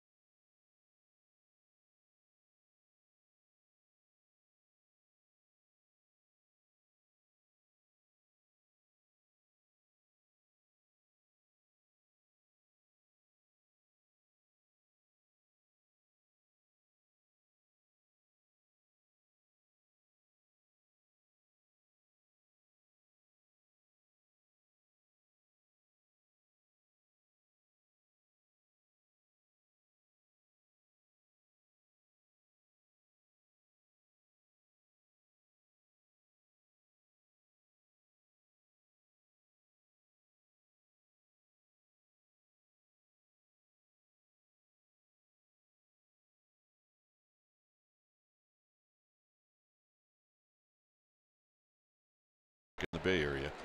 The happy hour right after Giants post-game live right here on NBC Sports. Bay Area as Desmond stands in. And a tapper foul.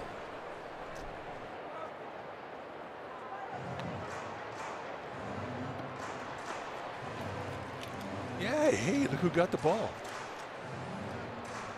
Nice going.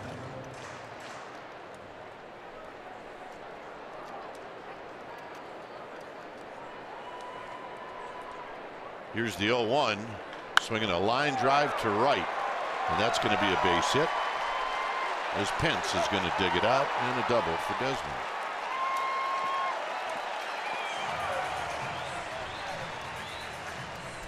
Here's LeMahieu's catch on the line drive by Brandon Belt.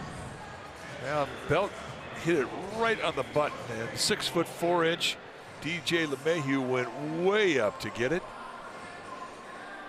He is having a night defensively. See where he laid back? I mean, at no point in time did Belt think he was not going to get a hit until it found the glove of LeMahieu. Here's Walters, who's 0 for 2. And he takes high.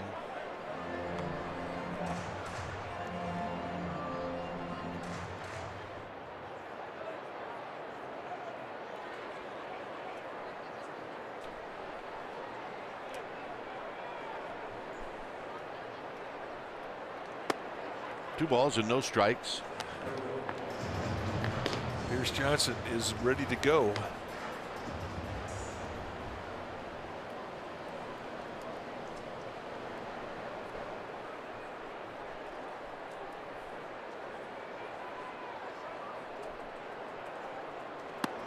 And well, it's a strike. Walters made it look like it wasn't, but it was on the inside corner. They set an outside target. This goes across the plate, but right on that inside corner. So Angel Hernandez just proves you don't have to put it between the catcher's legs to get a called strike.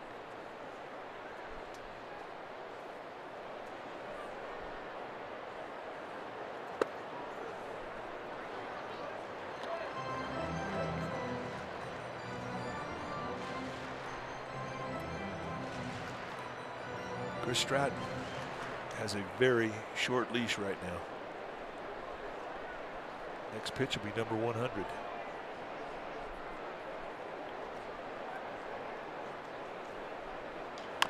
Tapped slowly to Panic. He will charge it and throw it, and Walters is retired, and Desmond goes to third.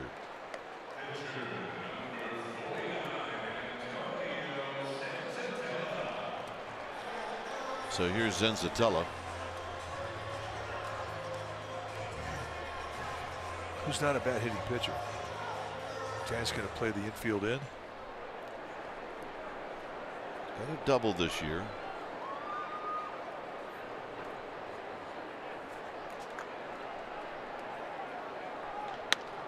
To Panic.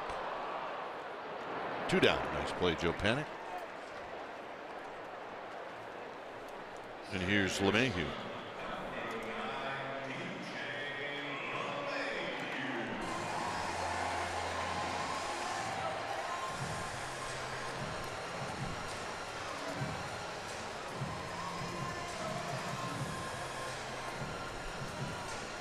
LeMahieu walked to open up the 5th.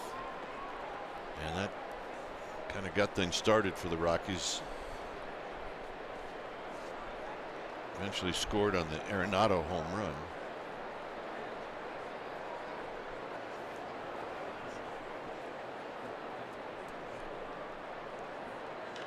And a high foul down the right field line and out of play.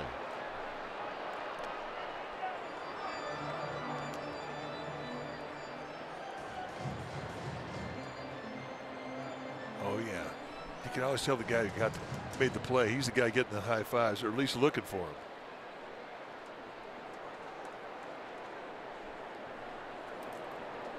Hey, he deserved it. 0-2.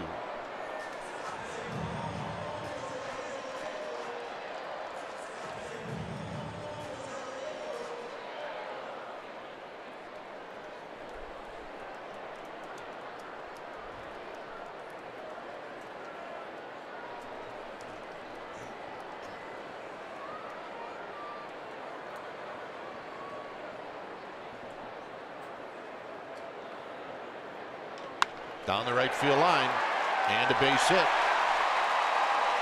It's going to knock in Desmond, and LeMahieu's got a double.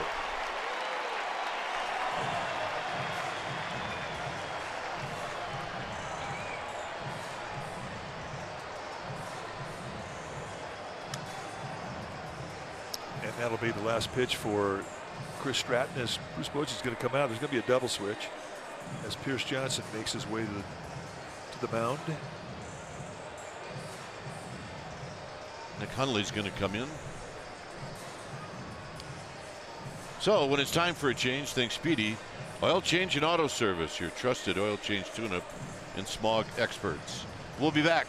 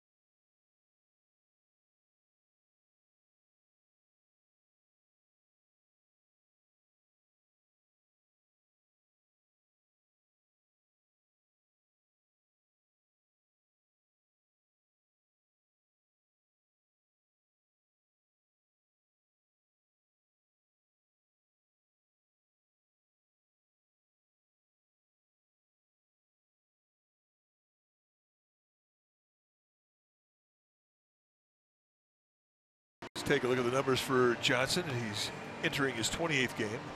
A native of the Denver area. There are 3 guys on this Giants club that are from Colorado. Ty Block, Mark Melanson, and Pierce Johnson.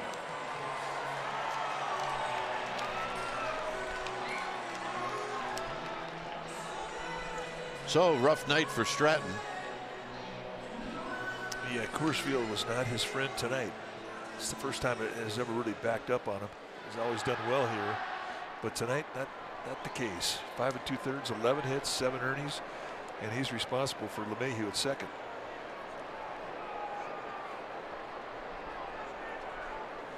And a base hit to right.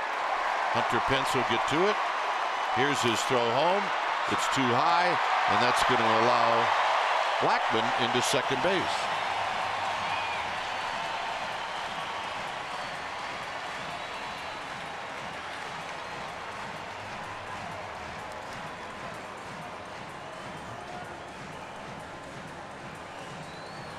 So 2 runs in here in the 6th.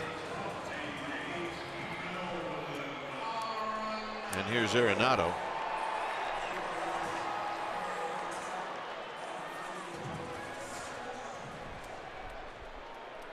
Arenado homered in the 5th inning.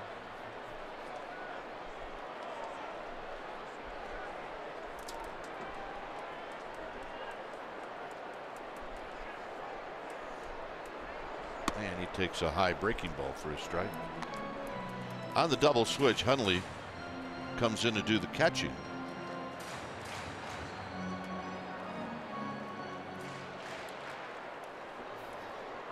So Hundley will hit in the 8th spot.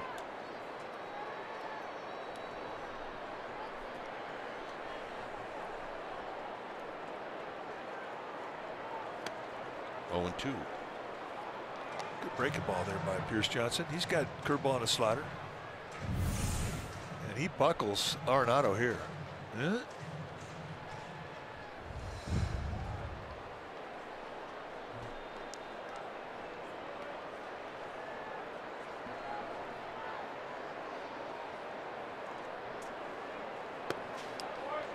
1-2. Hit a home run in the 5th inning.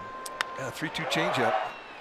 Down and in, just goes and just golfs it. You could tell by the balance in that swing that he was not fooled by the off-speed pitch.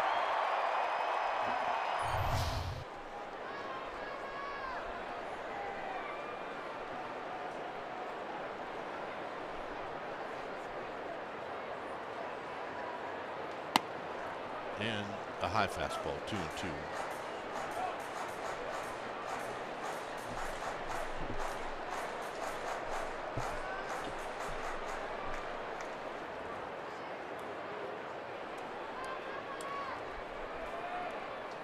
Gonzalez is on deck.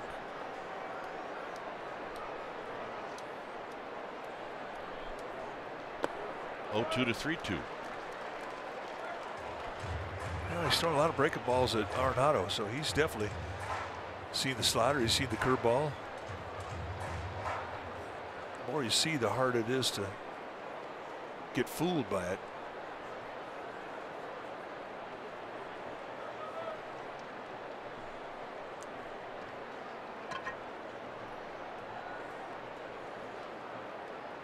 Hit on the ground to Sandoval. And that'll end the inning. 2 runs in here in the 6th. It's 8-0 Colorado.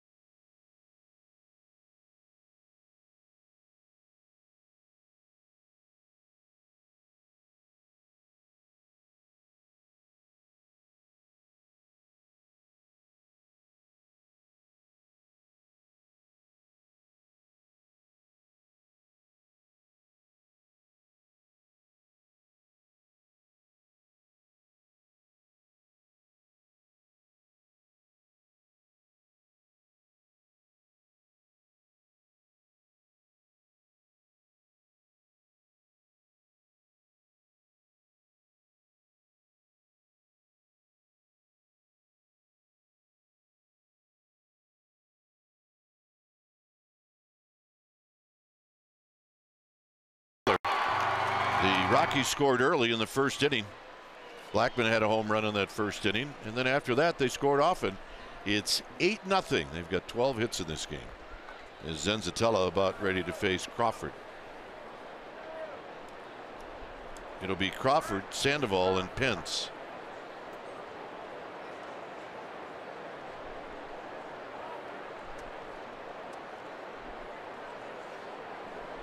And Crawford looks at a strike. He's singled, and he's hit a fly ball to center field. Hit it pretty well.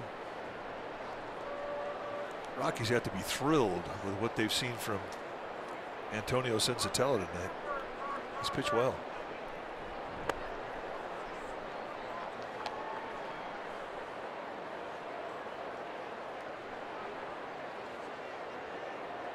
Sandoval on deck, and then Pence.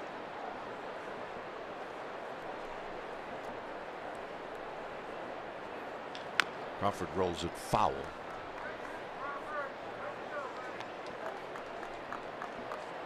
Yeah, you know what? Last year he only beat the Giants 3 times. Yeah, he had some severe ownage on him.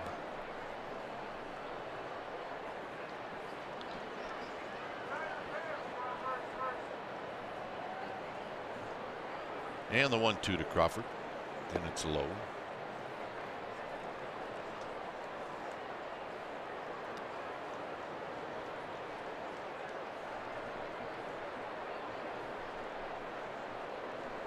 88 pitches.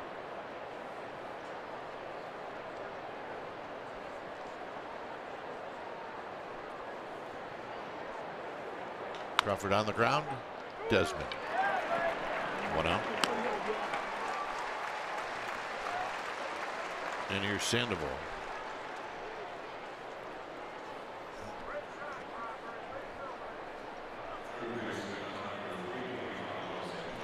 Sandoval has popped out and he's struck out. The Giants' last hit and last base runner was a base hit by Belt in the 4th. The Giants did this in the game yesterday too. They, in the middle of the game, it was Freeland who retired 13 straight. And in this ballpark, when the other team is doing some damage, that's probably not going to get it done.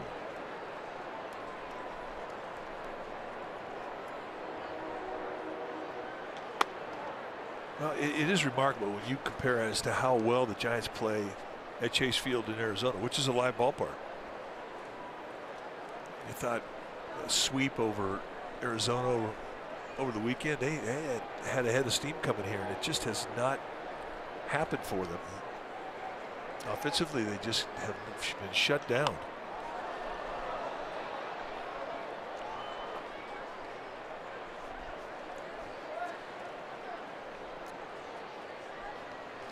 I'll bet Bruce Bochy's thinking about giving Crawford the rest of the night off too.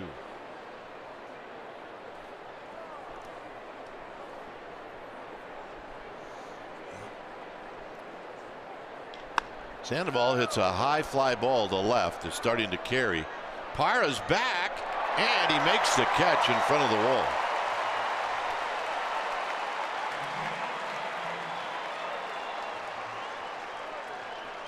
I mean, it looked pretty routine off the bat, then all of a sudden you watch the path of Gerardo Parra going back on it, and all of a sudden you're thinking that's got a chance. All you need to know. Take a look at it. Pop up left field. Back, back, back. Right to the wall. Here's Pence. Hunter Pence has bounced out twice to LeMahieu.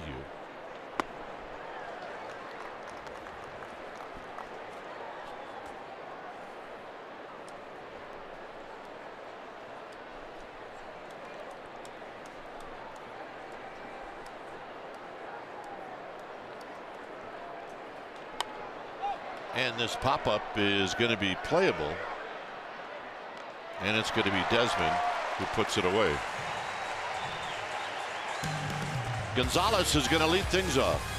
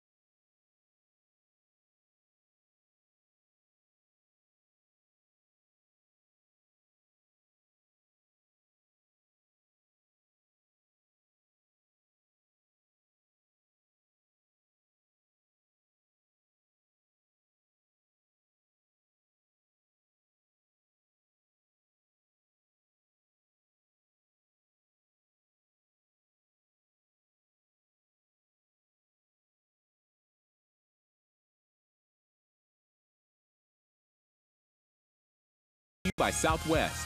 Yes to low fares with nothing to hide. That's transparency. By Heffernan Insurance Brokers. Insurance and financial services for you and your business. Visit hefins.com. And by Xfinity. X1 will change the way you experience TV. And you're looking right into Coors Field. It's 8-0 Rockies. Pierce Johnson back out on the hill, and he's facing Carlos Gonzalez.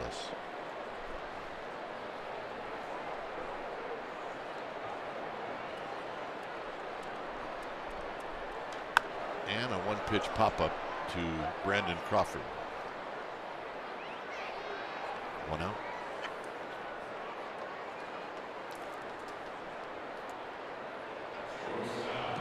Austin Jackson into the game. He's now in center field.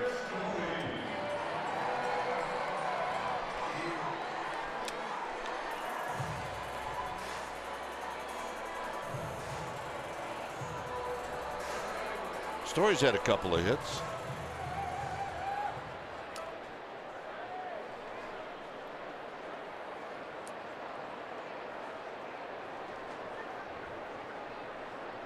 With Gerardo Parra to follow.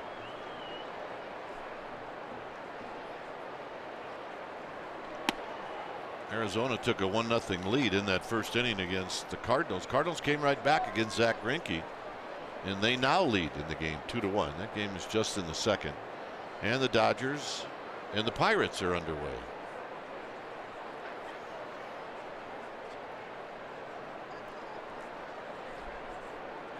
There's a called strike to Story. Pierce Johnson has a good breaking ball tonight.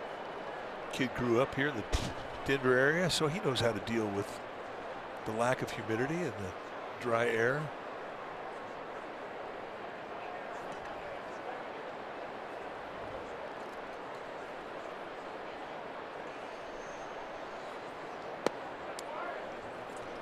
Bill Miller says no swing. It's 1 ball and 2 strikes.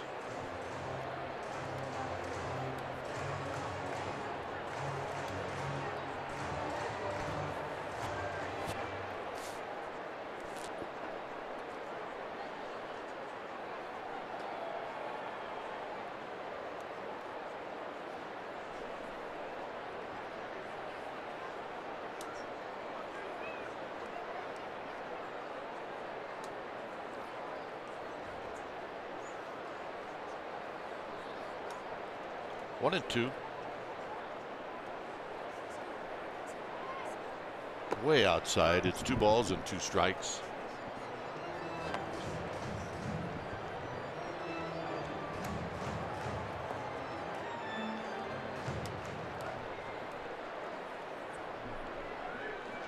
Ballpark, it's such a beautiful place, but it really looks beautiful when it's full, as it is tonight.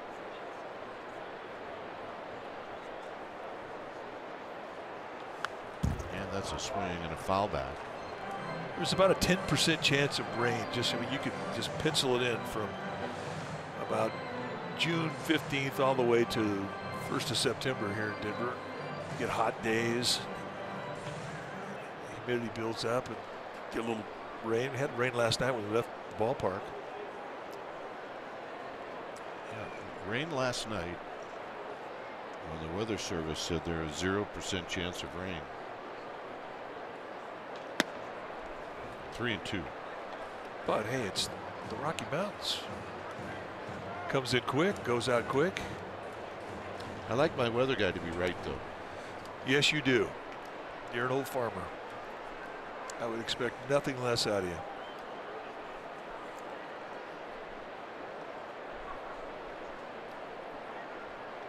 Got him.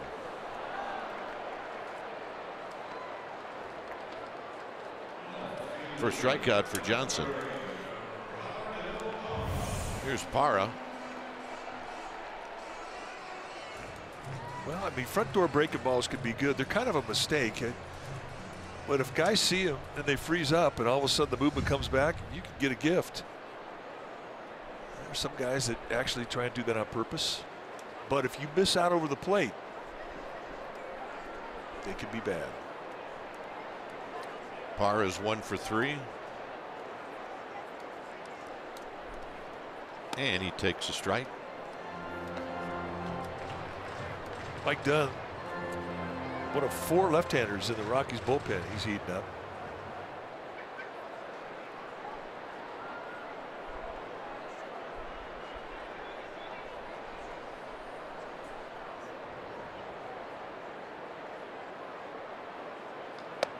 very high to Parra.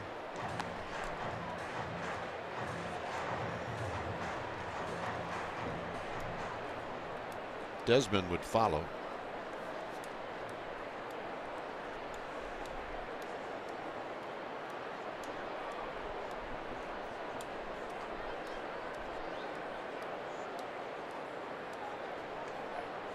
Foul back.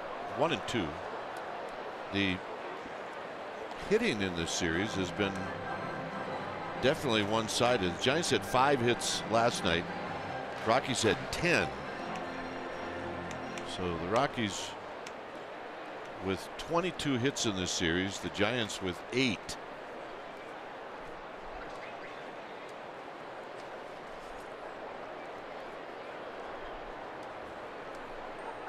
Well, I did not see it coming.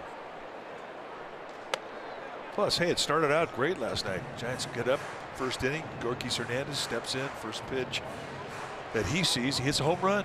Yeah. And we're thinking, yeehaw, daddy. But Kyle Freeland said, no, shut the Giants offense down. And tonight it's been Antonio Senzatella, who has been great. A lot of 0-2, 3-2 tonight, and Stratton's going to walk out of this park very unhappy with himself. It's Kyle Freeland, last night's winning pitcher.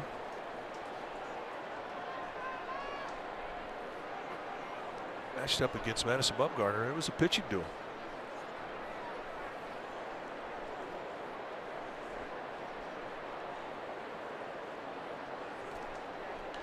Foul back.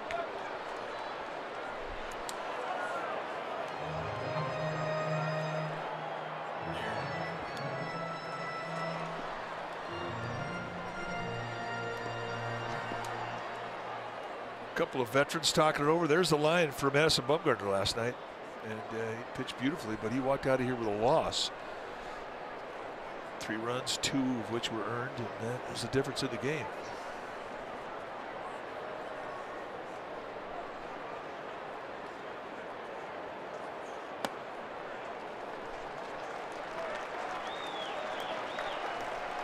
And the walk after jumping out in front. 0-2. Here's Desmond. Desmond has a couple of hits tonight.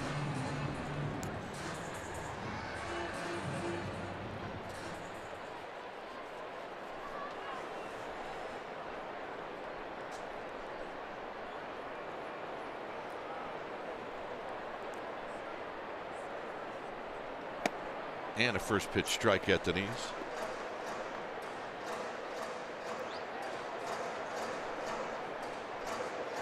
And the Dodgers are catching the Pirates at the right time.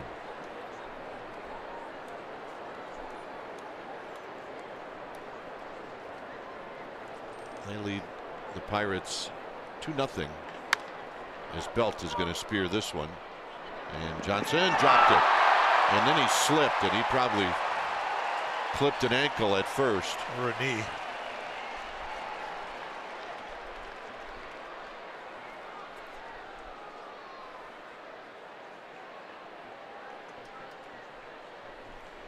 Well, he's saying he's all right.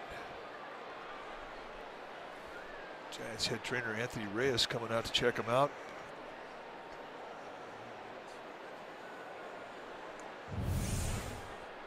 Watch the left ankle turns as he hits the side of the bag, and there he bends his right knee. I mean, one thing, a lot of areas where he was open to an injury. I think he's embarrassed more than anything else. This is one where he might be able to be all right for a half an hour, but tomorrow he's going to feel it. He's going to hurt in about 4 places.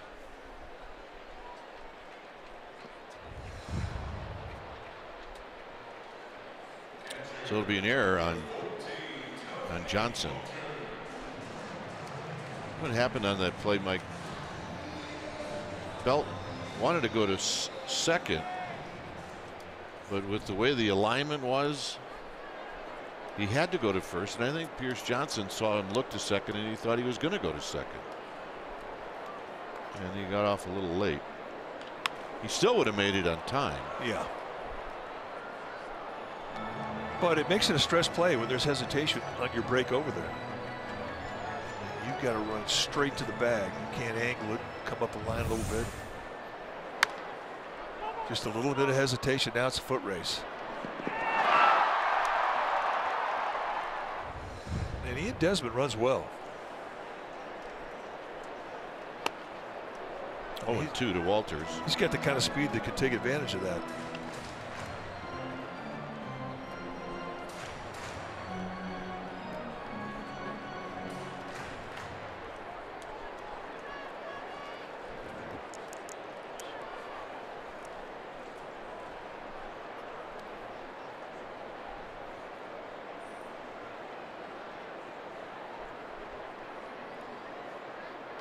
Up high, 1-2.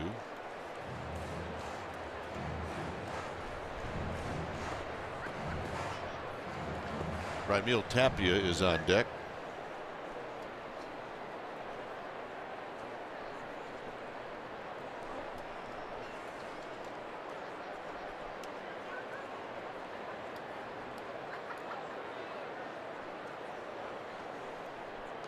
And another pop-up out of play. 96-mile-an-hour fastball. He tried to throw it by Walters. He's a pretty good fastball hitter.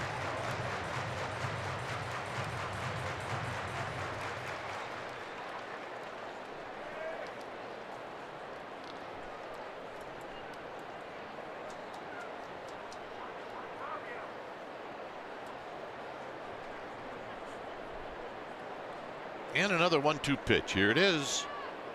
Down low, 2-2. So you give him the high fastball, you come down the dirt, a 1-2 count, he doesn't chase. And watching Johnson, doesn't look like he's showing any ill effects from the tumble he took over at first base.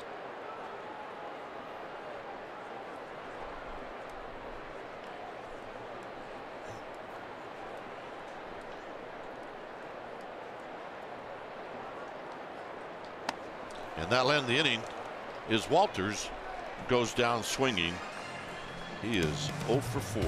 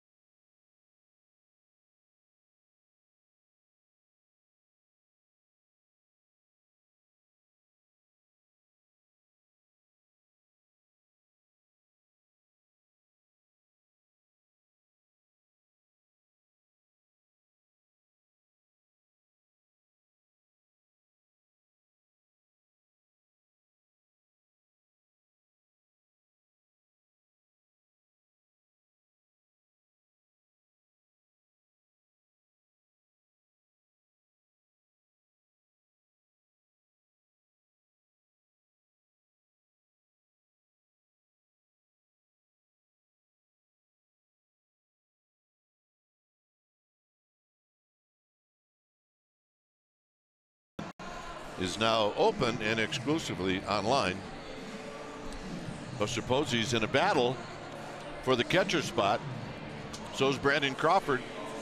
And we'd like to see as many Giants represented as possible. And you can vote at sfgiants.com/vote. And you can catch all the excitement of the All-Star game on July 17th, which is going to come to you from Nationals Park. Now, these are the leaders at each position. I checked the papers today, and it's close at the catcher spot. Not so close at short, but just because they're leading doesn't mean you should stop voting. As a matter of fact, you should go the other way. Vote more.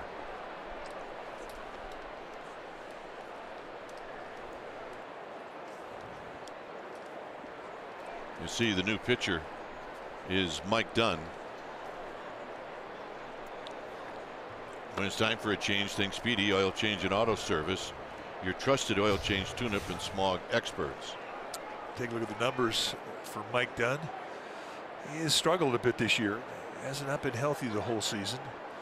But 17 walks and 16 2/3 tells you that his mechanics have not been right since the get-go, and everybody is hitting over 300 against him.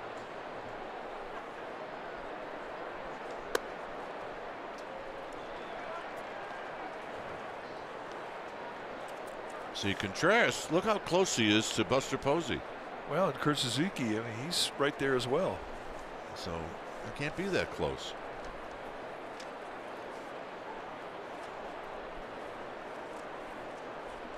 Panic fouls it back, 2-2.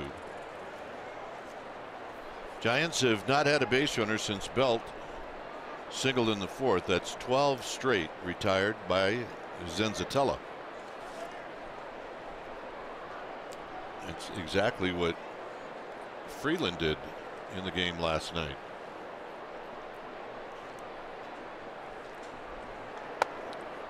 Panic takes high. It's 3-2.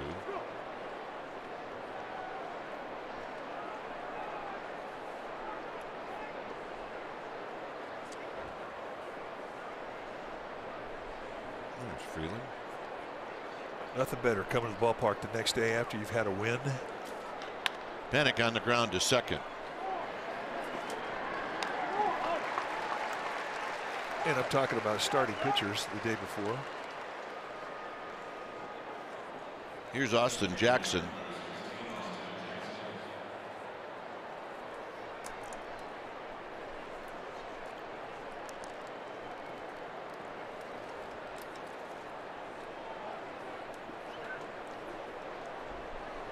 Rockies Hernandez, when he was in, he had rolled out to short and he'd struck out. So here's Jackson's first crack at it here in the 8th, and he takes a pitch that was called a ball.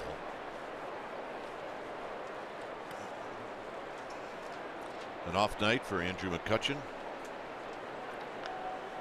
He'll be in there tomorrow night. He hasn't had many off days.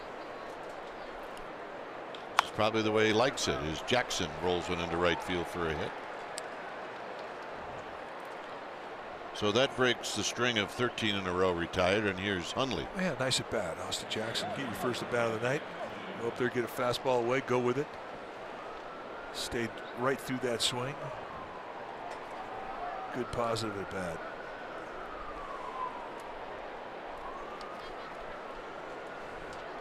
Nick Hundley getting his first at bat of the night.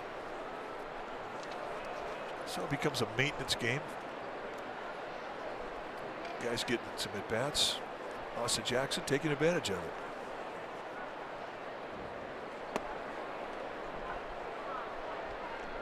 Hundley coming off a big game Sunday,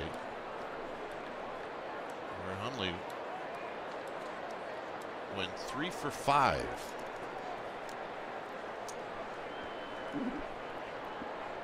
Here he takes low and in, blocked by Walters. 2 balls and no strikes. Mentioned the health problems that Mike Dunn has had this year. He had a rhomboid strain, which is the muscle between your shoulder blade and your spine.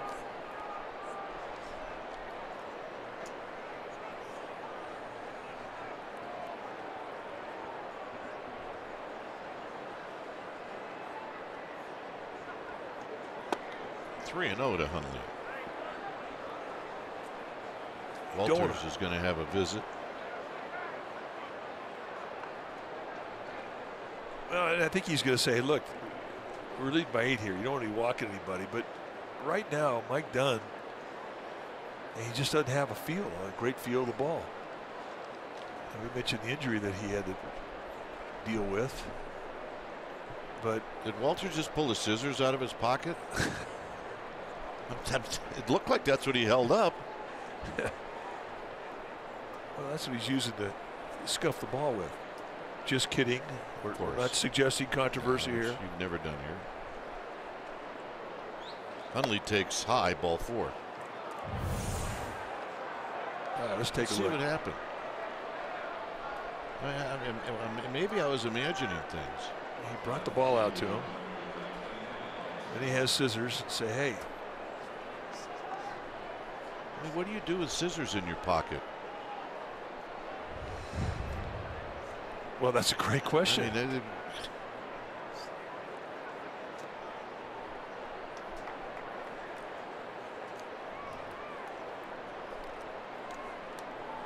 hey, those are illegal. You can't have those in your pocket. I want to see.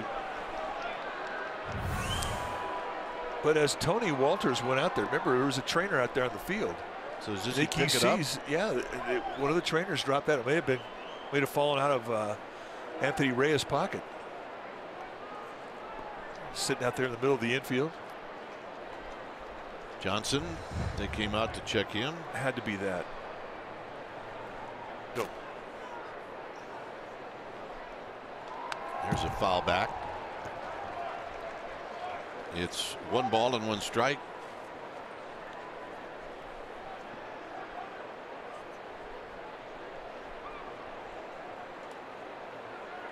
Hansen's 1 for 3. This will be his first at bat hitting right-handed.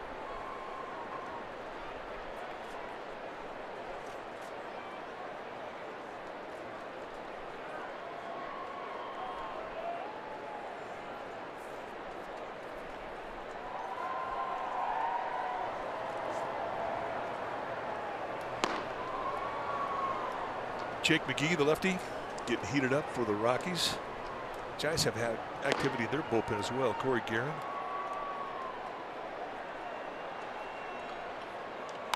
Hansen out of play. There's Corey Guerin.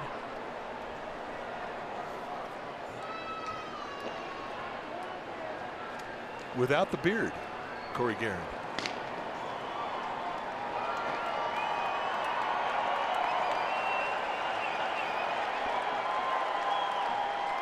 It's 1 and 2.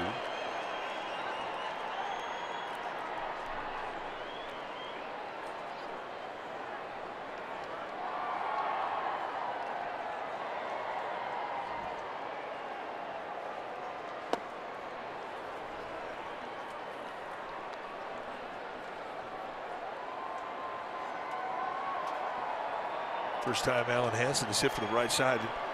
What a nice life to be a switch hitter, in that you don't ever have to worry about too many balls breaking away from you. Everything's coming into you for the most part.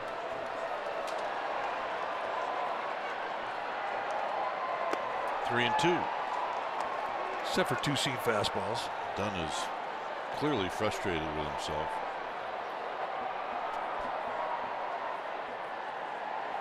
Well, right now he's competing with himself more than he's competing with Alan Hansen. When you're a pitcher, you can't command your pitches.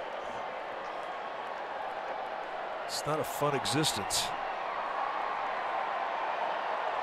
But this is an opportunity for the Giants. They need to take advantage of it. Swing and a foul. And we'll do it again.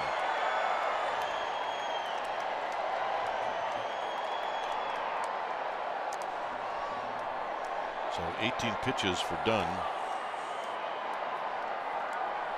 Oh, when you have an 8-0 lead and you're walking guys, you know what that does?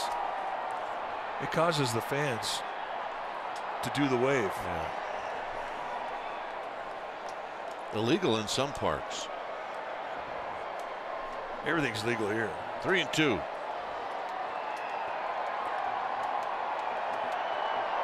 Down the left field line.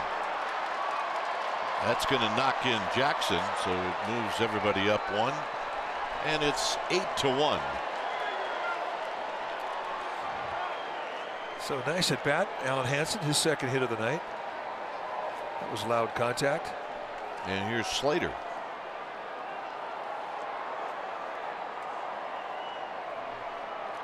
And Bud Black's going to get done.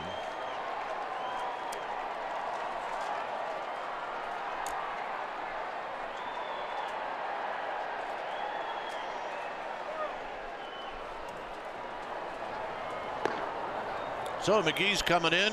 Dunn's going to depart. It's 8-1. We're in the 8th inning. We'll be back.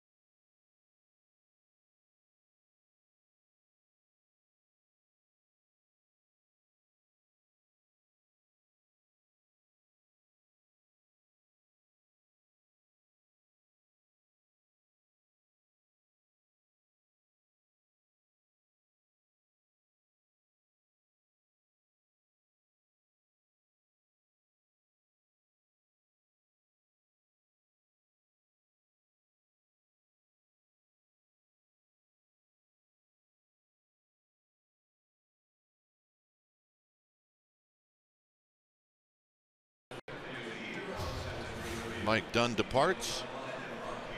Here's Jake McGee. Take a look at his numbers on the year. 35th time he's come into a game. A hard thrower. McGee's going to give you a fastball and a lot of them. And he's going to throw it about 9 out of every 10 times. He's also got a curveball and a slider, but he thinks fastball. At one point, I mean, he was the closer for this Rockies team. And he had an injury that kind of set him back, and he's now one of 4 lefties in that pen. Here's Slater.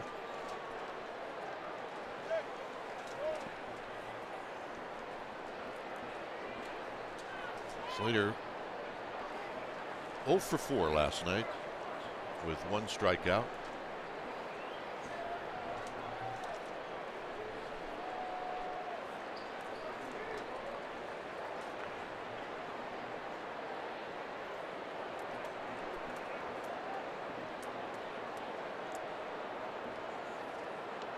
And he wraps this double play ball.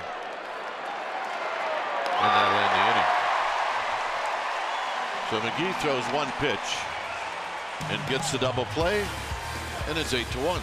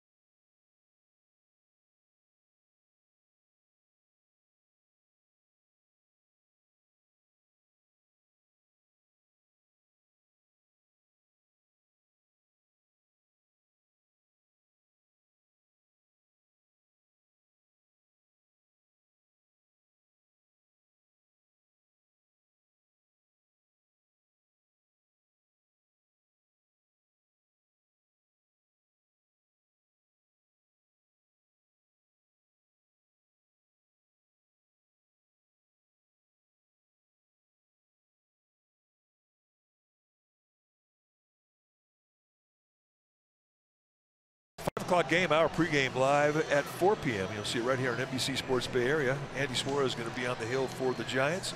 Also streaming live on the NBC Sports app. Don't miss anything about the Giants this season. Follow us on Facebook, Twitter, Instagram, and NBCSportsBayArea.com. And remember, you can buy direct from SFGiants.com. That's right.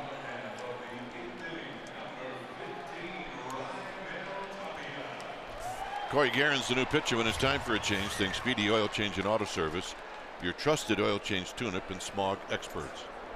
34th time that Corey Guerin has come in for Bruce Bochy. Been throwing the ball well on this road trip.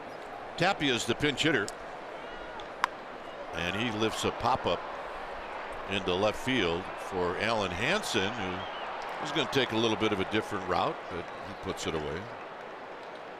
One pitch, one out.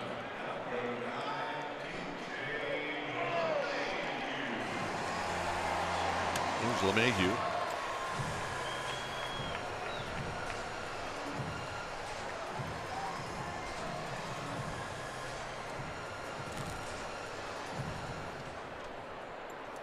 LeMahieu doubled in the 6th inning. His leadoff walk was the one that really hurt Stratton in the 5th.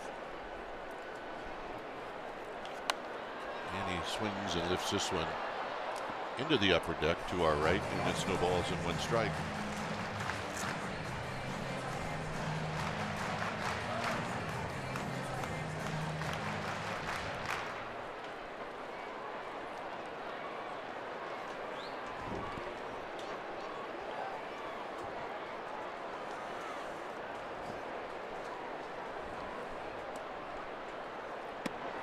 Half swing and a miss.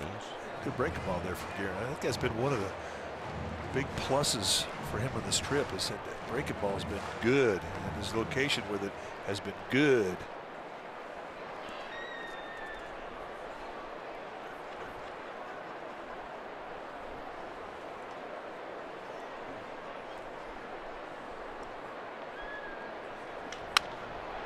Hit out to Hansen in left field. 2 outs. I think Alan Hansen's done pretty well in left field. He has. It's a tough place to play left field. I mean, he doesn't look like an infielder playing left field. No, he doesn't.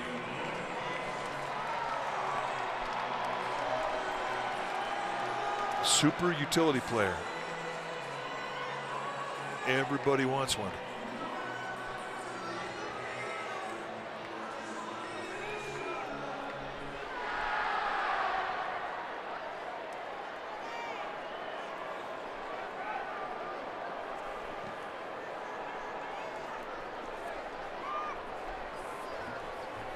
Here's Blackman.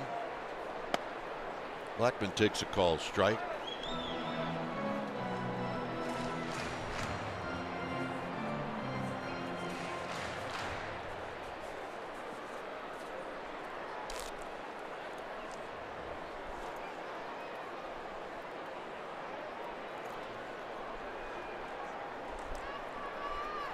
Foul back and out of play. Starting tomorrow night. Yeah. The Giants and us, traveling party, will sleep in their own bed 22 of 25 nights. That's a good thing. How about that? That is a good thing. And only 3 nights in Seattle.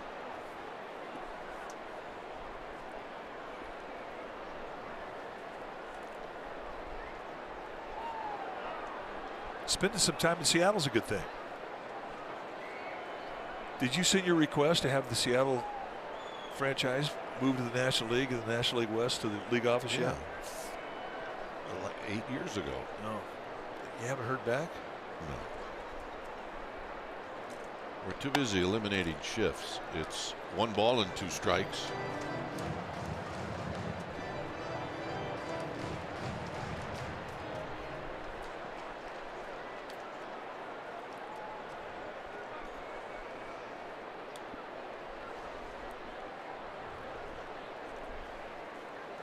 Hundley wants a high fastball. And it's hit foul down the left field line and out of play.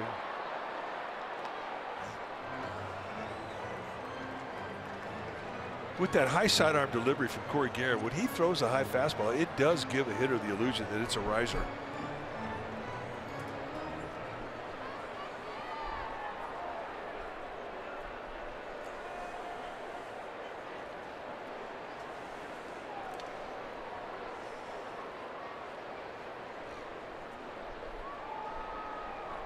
And he got him.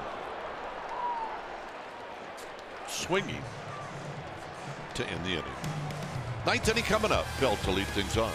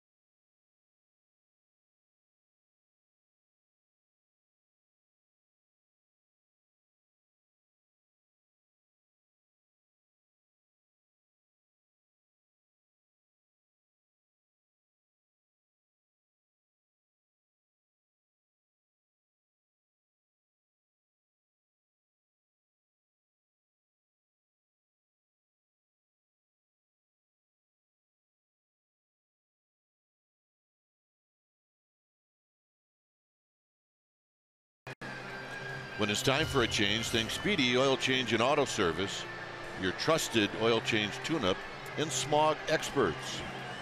So Harrison Musgrave, the new pitcher now for Bud Black's Rockies. 18th time that he has come in. 18 strikeouts, 23 1/3. He's got a fastball that's got some sink to it. You'll see low 90s with velocity. Curveball, slider, and a changeup. Lots of sliders to lefties. Lefty's hitting a .194. Really, nobody's teeing off on the guy. Opponent's hitting 200. I think Crawford's the only one. Yeah. You got him. And he's on deck.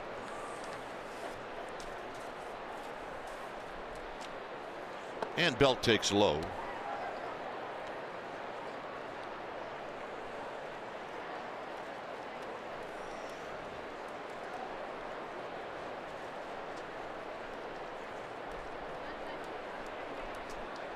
Belt's had a hit.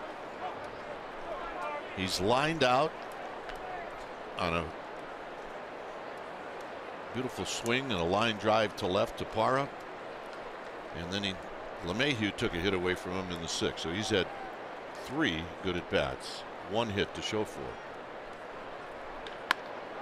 And he said, take that, LeMahieu. Jump. See if you can get that one. I mean, it should have been a 3-hit night for him. If it were not for the effort by DJ LeMahieu robbing him, who really has been spectacular tonight defensively. Here's Crawford.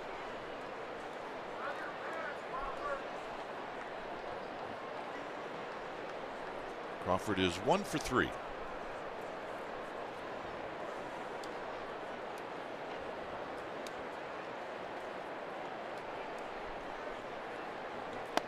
And Crawford looks at a strike.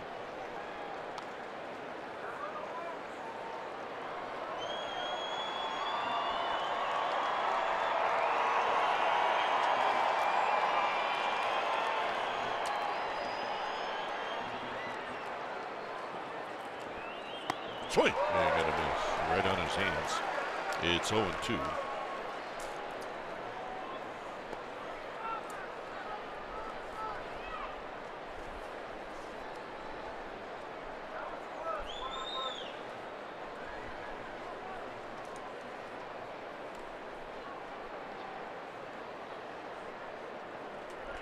Way outside, 1-2.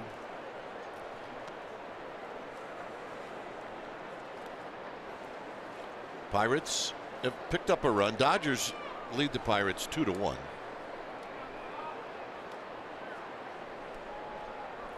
Cardinals still leading the Diamondbacks 2-1.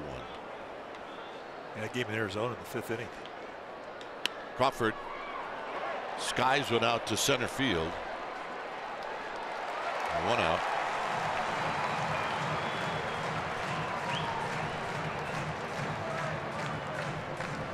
And here's Sandoval. Sandoval, this is a ballpark that he really likes, and he didn't have a hit yet in this series. He's 0 for 6. Yeah, it makes him do.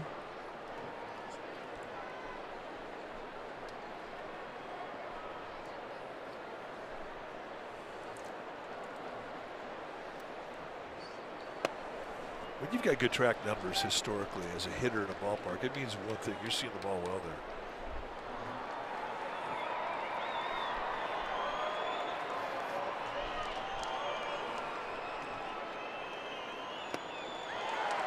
I mean, over a period of time, you're going to see a lot of pitchers, but yeah, it's the background. Just you see the ball,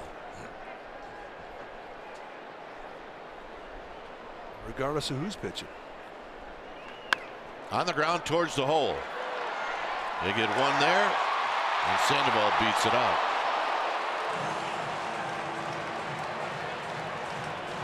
So Story with a nice play. And it's going to give Hunter Pence one more shot. Kind of been the theme of tonight's ball game, and just really spectacular defense, especially from these two middle infielders for the Rockies, Trevor Story and DJ LeMahieu. I'm going to give credit to Pablo Sandoval for hustling down the line in an 8-1 game. Well, Hunter Pence appreciates it. He gets another at bat.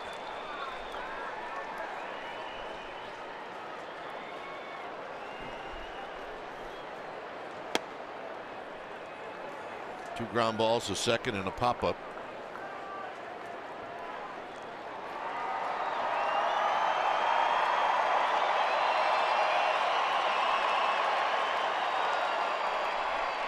And a foul back. It's 1 ball and 1 strike.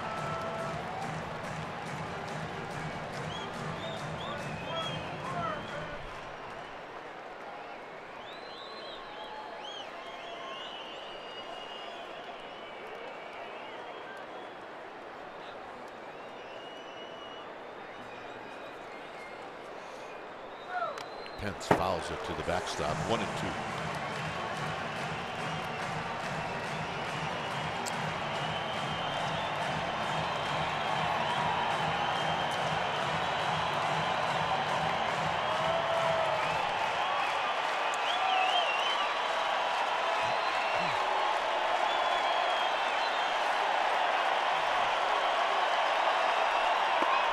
And he takes it down low. 2-2. A little back foot slider attempt by Musgrave.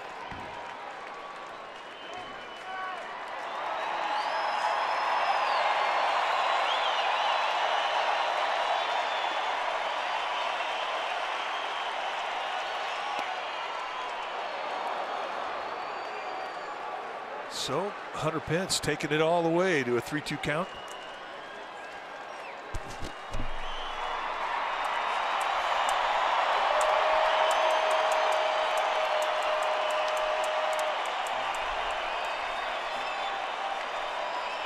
Runner goes, and he'll take the walk. Good at bat.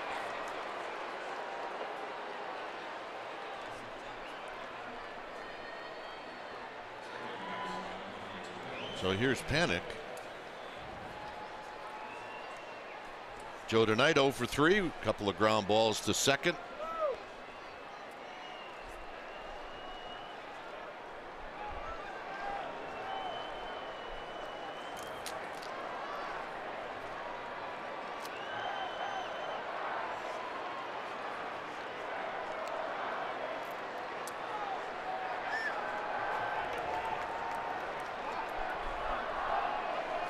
And a balk has been called.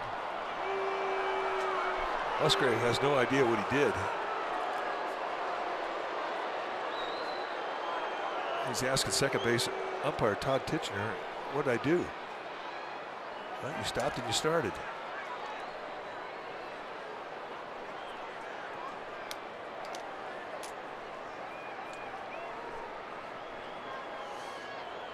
Well, here's a spot now where if you're Musgrave, you're thinking, I got to save my ERA here. It looked like he stepped off the rubber. That's what he's thinking he did. It looked like he stepped off to step that back on. And I don't know if Titchener saw him remove his foot from the rubber.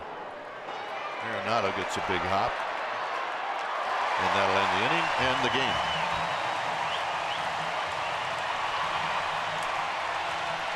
So game 2 goes to the Rockies. They scored early, and then in the middle of the innings they added on, and that's what you have to do here. And a really nice start for the kid, Antonio Zenzatella. Well, Zenzatella was fantastic. He really was. He never really gave the Giants many good swings, many good pitches to hit. And for Chris Stratton, a rough night. I mean, it was 2-3-2 changeups that cost him in this game. A 2-run homer in the first, and then a 3-run homer in the fifth, and the Giants never recovered. Final score, Rockies 8, Giants 1.